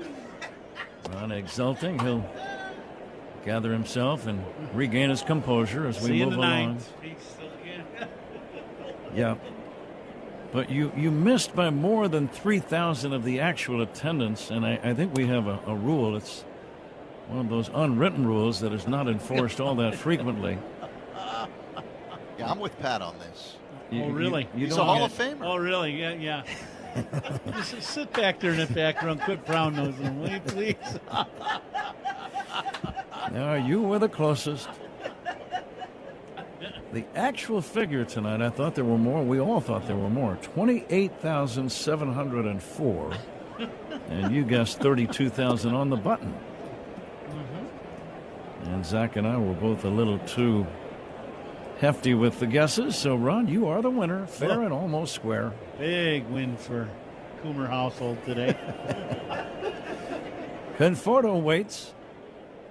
Michael waiting for the 1-2 pitch, pokes it foul and back out of play. Conforto's been one of the main men. He had a walk, a double, and a 2-run home run in this game. That's how you earn more playing time. Absolutely.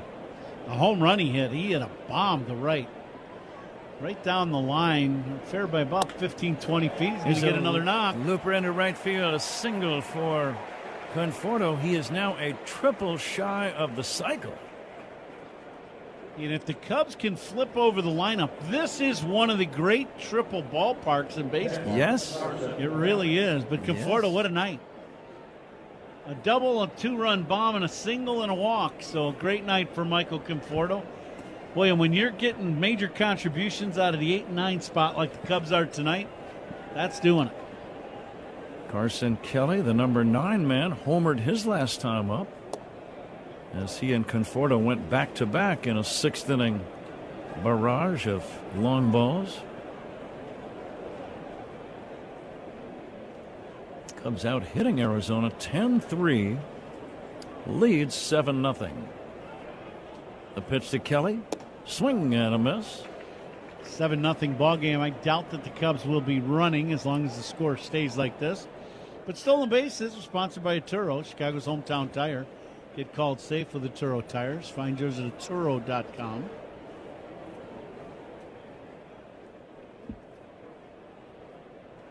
Kelly now with 8 home runs after his 6th inning solo line drive homer to left.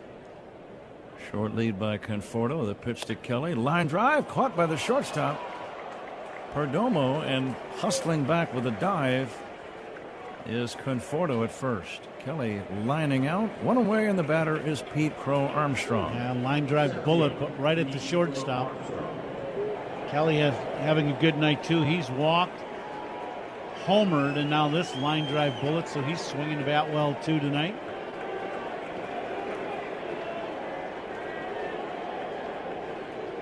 Stay tuned for the toast of the game, presented by Benny's Beverage Depot, coming up in the 9th inning, and Ron Coomer will have that assignment of naming the Benny's Player of the Game.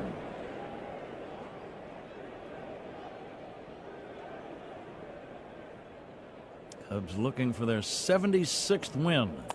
Here's a smash foul by PCA. Tough plays of the game tonight. They're sponsored by Loyola Medicine. Loyola Medicine defines tough. And you were talking about it earlier. You know, that the way Gosman's thrown, there's been a lot of routine outs. Yeah. You know, 2 hoppers to the infielders, routine fly balls. A couple balls hit fairly deep, but he has pitched a great ball game. Here's a swing and a liner foul by Pete down the right field line. Can you think of a catch that was significant in this ball game? Catch the Games, they're sponsored by Catch Des Moines. Plays a real trip, and so is Des Moines. It's a trip. Make it yours. CatchDesMoines.com. I can't think of a play that really was a really difficult play. No diving catches. No. It's been all Gosman today. PCA waits for the 1-2 pitch. Here it is. Fastball is high, 2-2. Pete wants to get a knock right now. He's 0 for 4. Flied out 3 times and grounded out. He's had some good swings. Yep. Hit the ball sharply a time or two, but no knocks. And the 2-2. Swing and a foul back. Well, that's a pitch he wants over. He got one upper part of the strike zone, but definitely in the strike zone. He put a big swing on it and just fouled it straight back. Tonight's been one of them nights for him. He's had some really good swings, as you said, Pat, but he's been underneath just enough to foul the ball back and not square the ball up.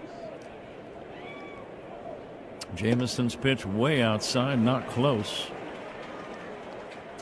Zach Zaidman right now busily preparing the postgame show. That's the Old National Bank Cubs radio postgame show, the official bank of the Cubs radio network. And Zach will have all the scores. Recap this one with some highlights for you right after our game.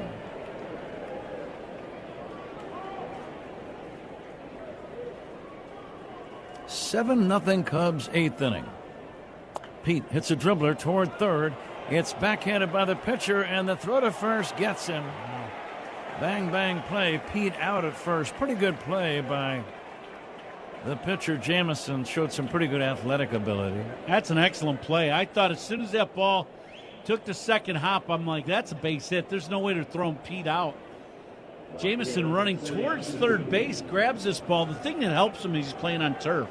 So you're really able to plant that right foot right away without any slippage of the natural grass. And he throws a bullet across the diamond to get Pete by half a step. That's a pretty good play. On the play, Conforto went to second. 2 down now. Suzuki takes outside, 1-0. Seiya made a contribution of an RBI double in the 5th inning. Just missed a home Takes a strike. And Seiya, maybe it's because he bats right after the dynamic Pete Crow Armstrong, but his numbers are getting very healthy. He's up to 75 runs batted in, 22 home runs. And that seems to be a perfect fit right behind PCA in the order. Yeah, he's hitting 270 also, so he's doing it all the way around the board. No, he's having a very good year again. You know, his numbers, you know, they're continuing to climb. And as you said, we got, 30 more ball games left. The 1-2, Seiya pops it up. Foul might be playable for Tawa. It is. And the inning ends. Seiya fouls out to first. We go to the bottom of the 8th inning. Cubs 7, Arizona nothing. This is the score and the Northwestern Medical.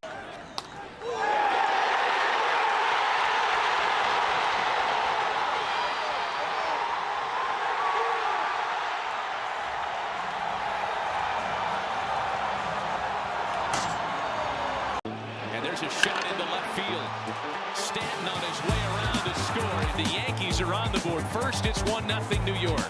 Bouncer headed up the middle, and that's going to get through and drive in a couple of runs. Cranked up and sent into the right center field gap. McMahon's going to score easily. They're going to wave Wills around. Plays to third. 5-0 New York. Another one headed for no man's land, but Harrison Bader read it well. Former goal Glover comes up to make a very nice catch for the guy they call Big G, who has driven in a run with the third straight hit to open the 5th inning. Chopper for Jazz, hot shot, and he makes the catch. That got on there on a line, and he's telling Jose Caballero, did you see that? I could watch Jazz Chisholm play. I mean, he plays with such joy. Only David Cohn, Ron Guidry, and Mel Stottlemyre had opening day starts of 6+ innings with 2 or fewer hits and no runs allowed. Puedes ser el dueño de grandes momentos del béisbol. MLB Auction te permite participar en la subasta de bates, bolas y jerseys autografiados, con artículos de tus equipos de grandes ligas favoritos, leyendas y jugadores. Visita auctions.mlb.com.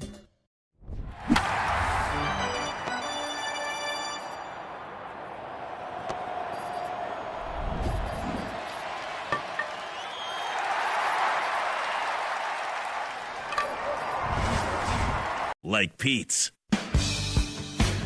Time to take a look at the out-of-town scoreboard, sponsored by Club Citgo. Download the Club Citgo app. Save 23 cents per gallon on your first fill-up. First place Milwaukee off tonight.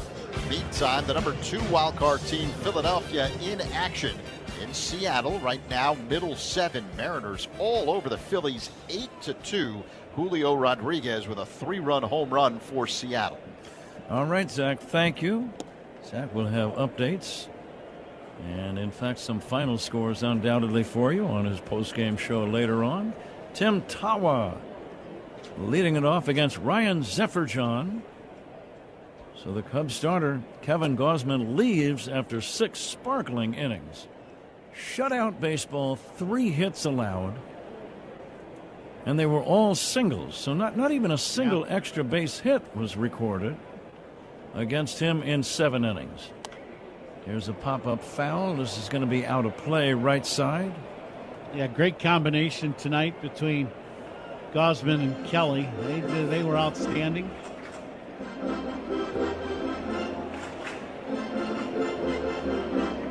Cubs pitching changes.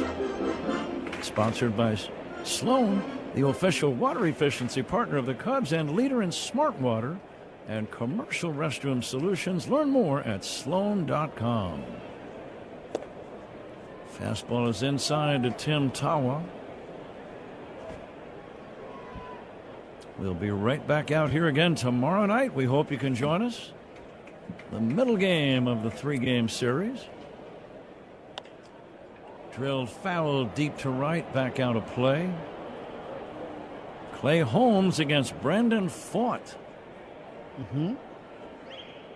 I've never seen a last name spelled and pronounced differently more so than tomorrow's starting pitcher, Fought. Do you know how he spells his last name? We did just discuss this a day or two ago.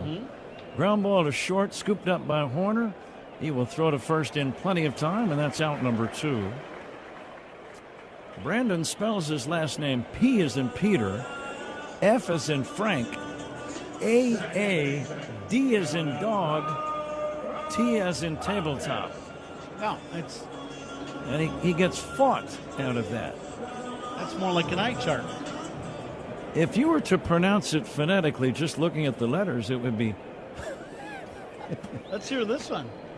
Pafatit. Oh, now that rolls right off the tongue. What was that again? Pafatit, and I think you heard it.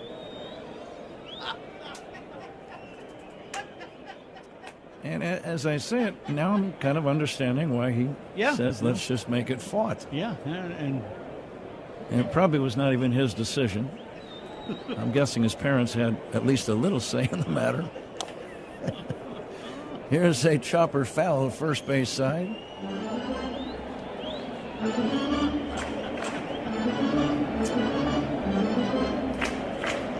Zach points out a quality start by a Cubs pitcher.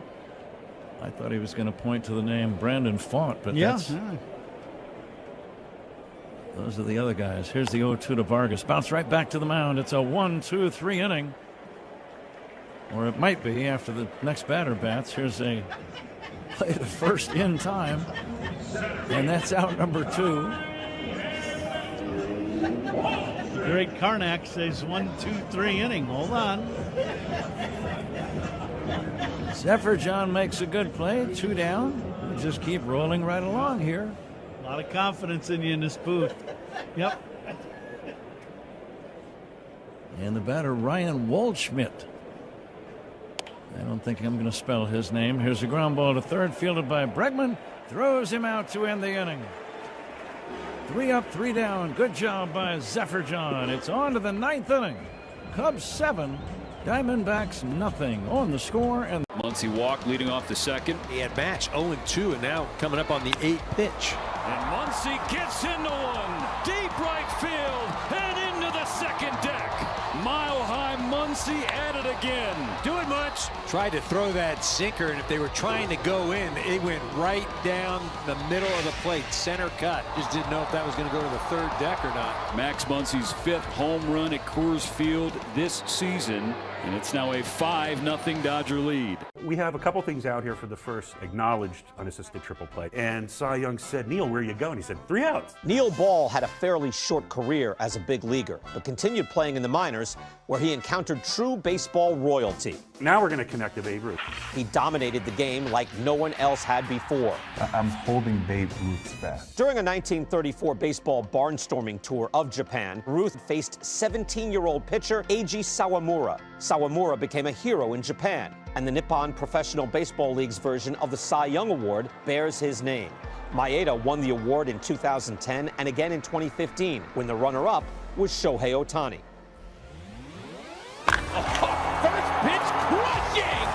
Oh, man! Like the 3 outs of a triple play. It all connects. Go to baseballhall.org to plan your visit to the National Baseball Hall of Fame and Museum in Cooperstown, New York, and catch every episode of Hall of Fame Connections on MLB.tv.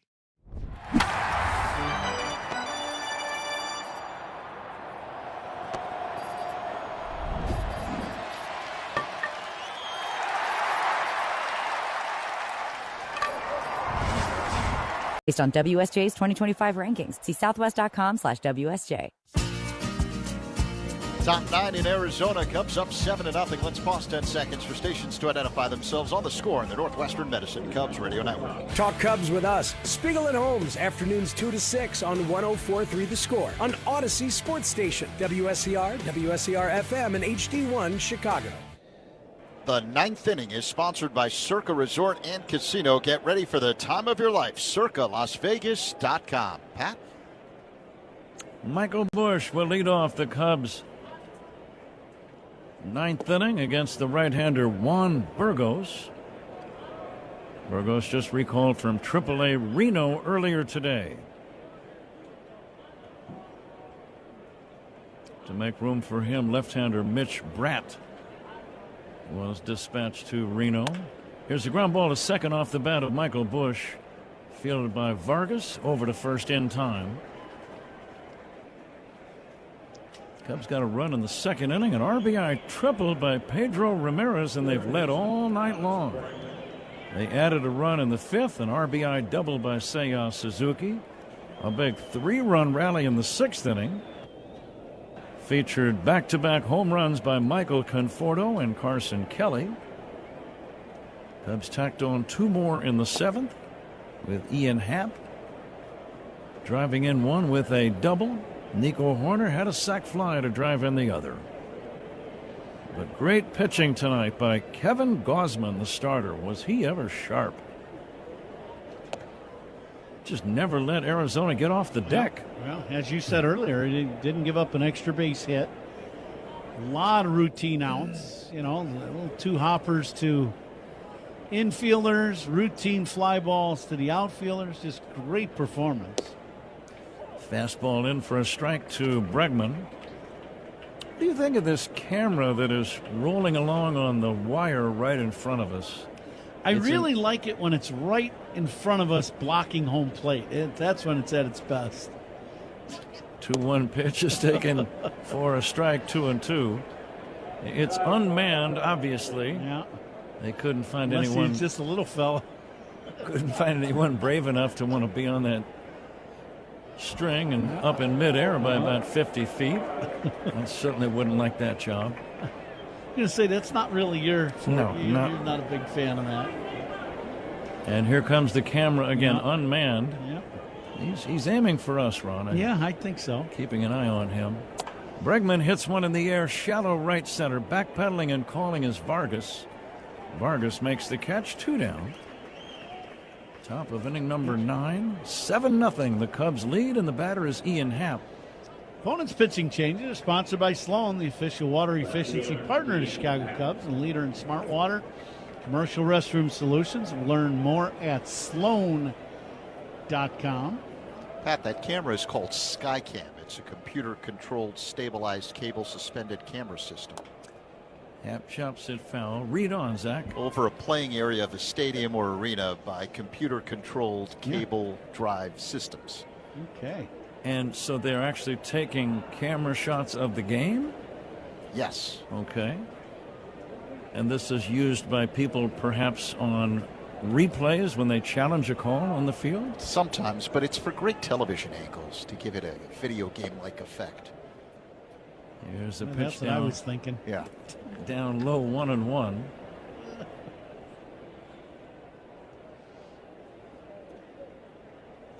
So it is operated by a human being or not? Here's a swing and a foul back. It's computer controlled. Is that a yes or a no?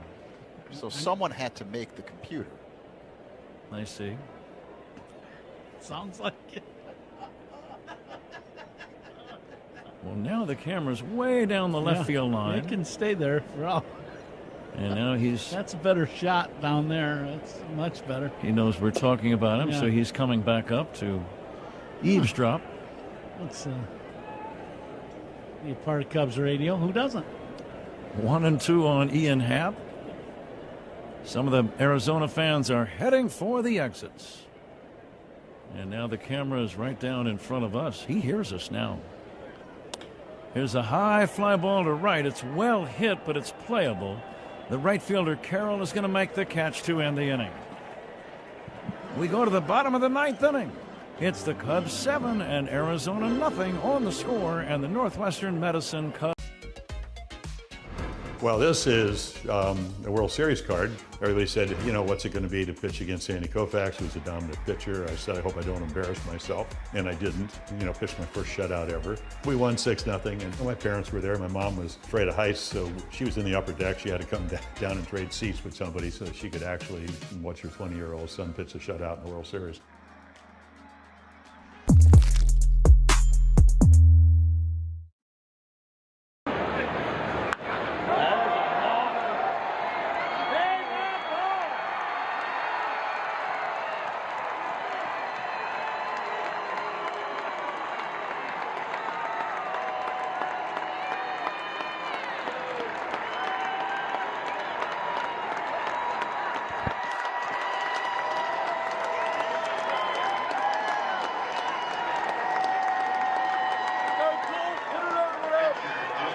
The MLB app.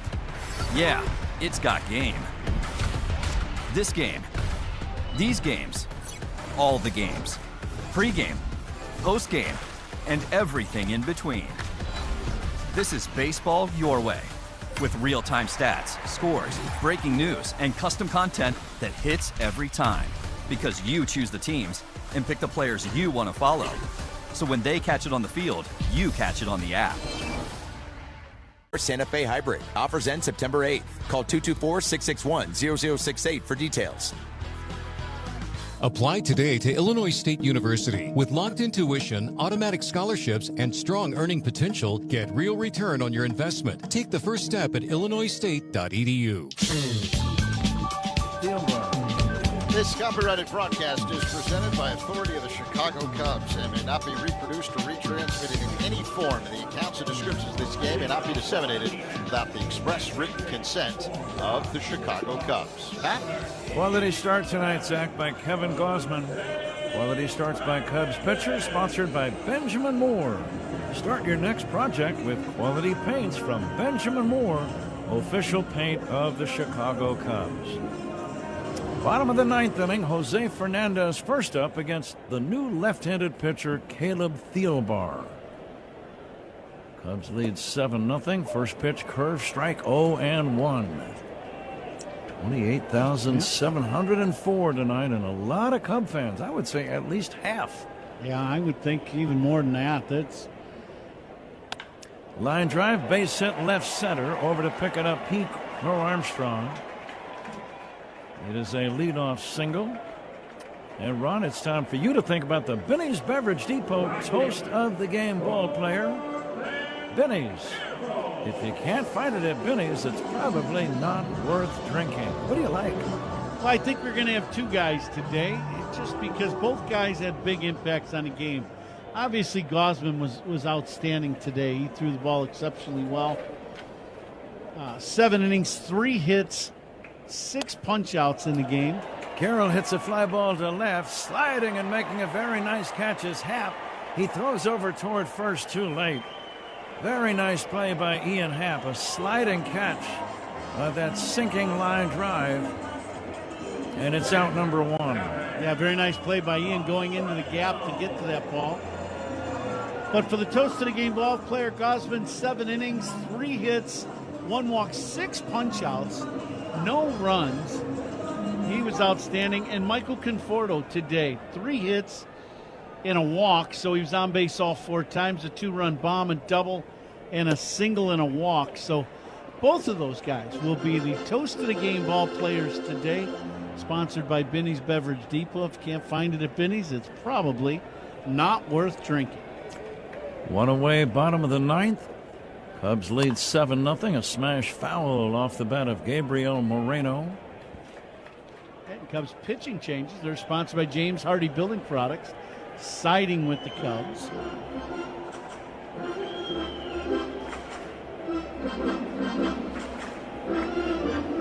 We'll have game 2 for you tomorrow night. Holmes against Fought. Now the 0-2 to Moreno. From Thielbar. Fastball away. He brought that one. That was about 95.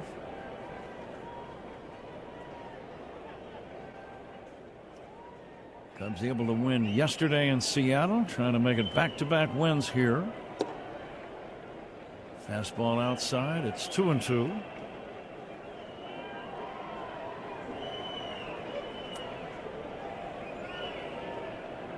Zach will have all the other scores on the post-game show right after our game.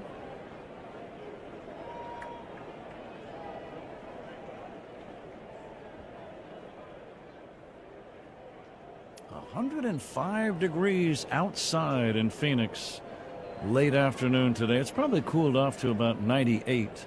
Yeah. Here's the 2-2. Pop fly, shallow right, easy play. Suzuki grabs it, out number 2. Moreno retired. And only Geraldo Perdomo is standing between Caleb Thielbar and a Cubs win. Yeah, it's been a very good ball game for the Cubs today, both pitching, defense, offense. Cubs have banged the ball around the yard. A nice package of baseball. Yeah, really has been. Turned in by the Cubs tonight. Arizona down to their last chance. A curveball strike to Geraldo Perdomo.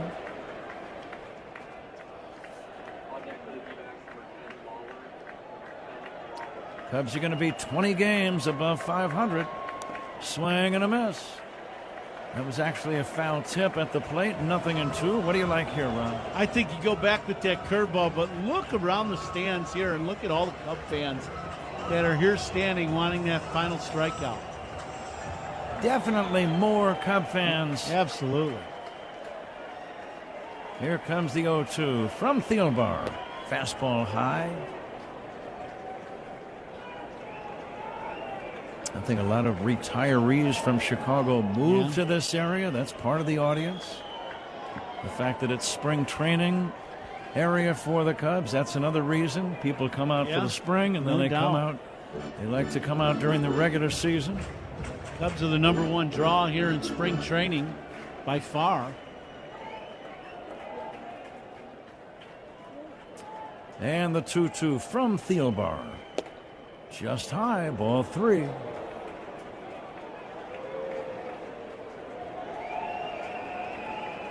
Cubs are going to clinch the season series with Arizona. This will make it 4 wins in 4 games. Swing and a miss. It's all over, and the Cubs, nope, he foul-tipped it. He foul-tipped it to stay alive. Perdomo took a big swing, and he just did make contact. Hustling back to first is the runner. Here now, time called before Thielbar delivers.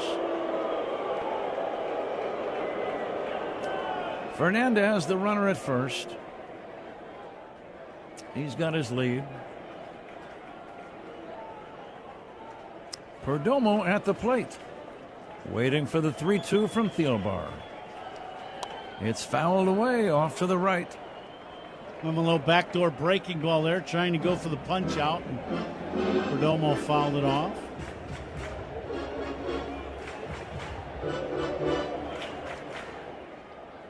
Perdomo, an open stance. Big, strong, right-handed batter, waiting. And the pitch fouled away again. Pretty good battle between these two. It's a spot where a pitcher is going to keep throwing strikes. You don't want to walk anybody in a spot like this. So it's, here it is. I'm going to throw a strike.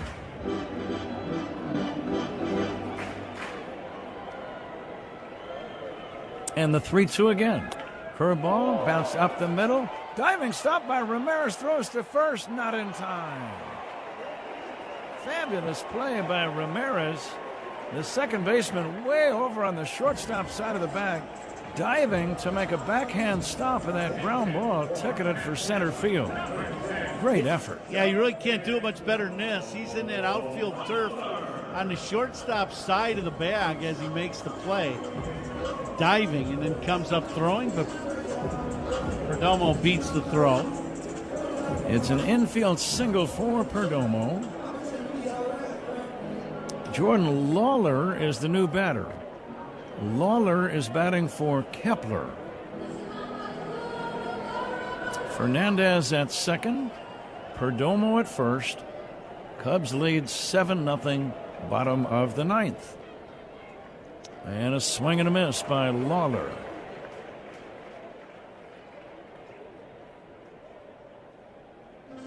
Arizona with a couple of hits in this inning.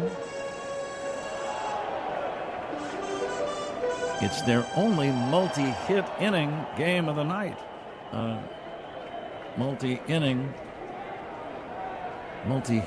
of this game. It's really easy for me to say. Sure glad I brought it up. Here's a breaking ball down low, and the count now is 1-1.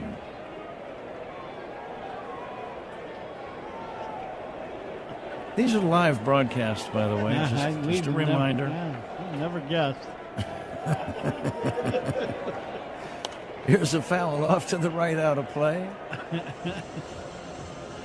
Again, Arizona down to their last strike. What do you like here, Ron? I like the breaking ball down and in, see if you can get a punch out.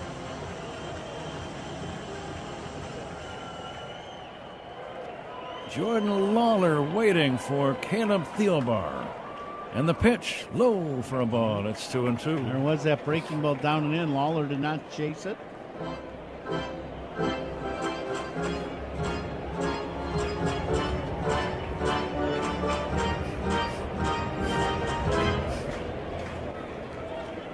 Cub fans standing, ready to celebrate.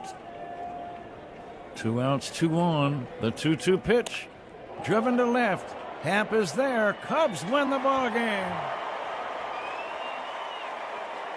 The Chicago Cubs have beaten the Arizona Diamondbacks by a score of 7-0.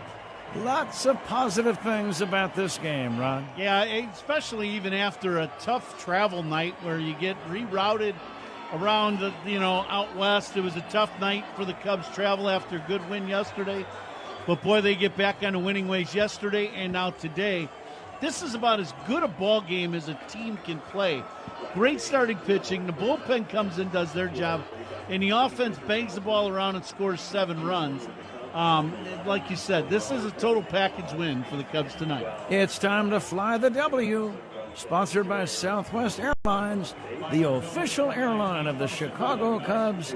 Fly the W indeed.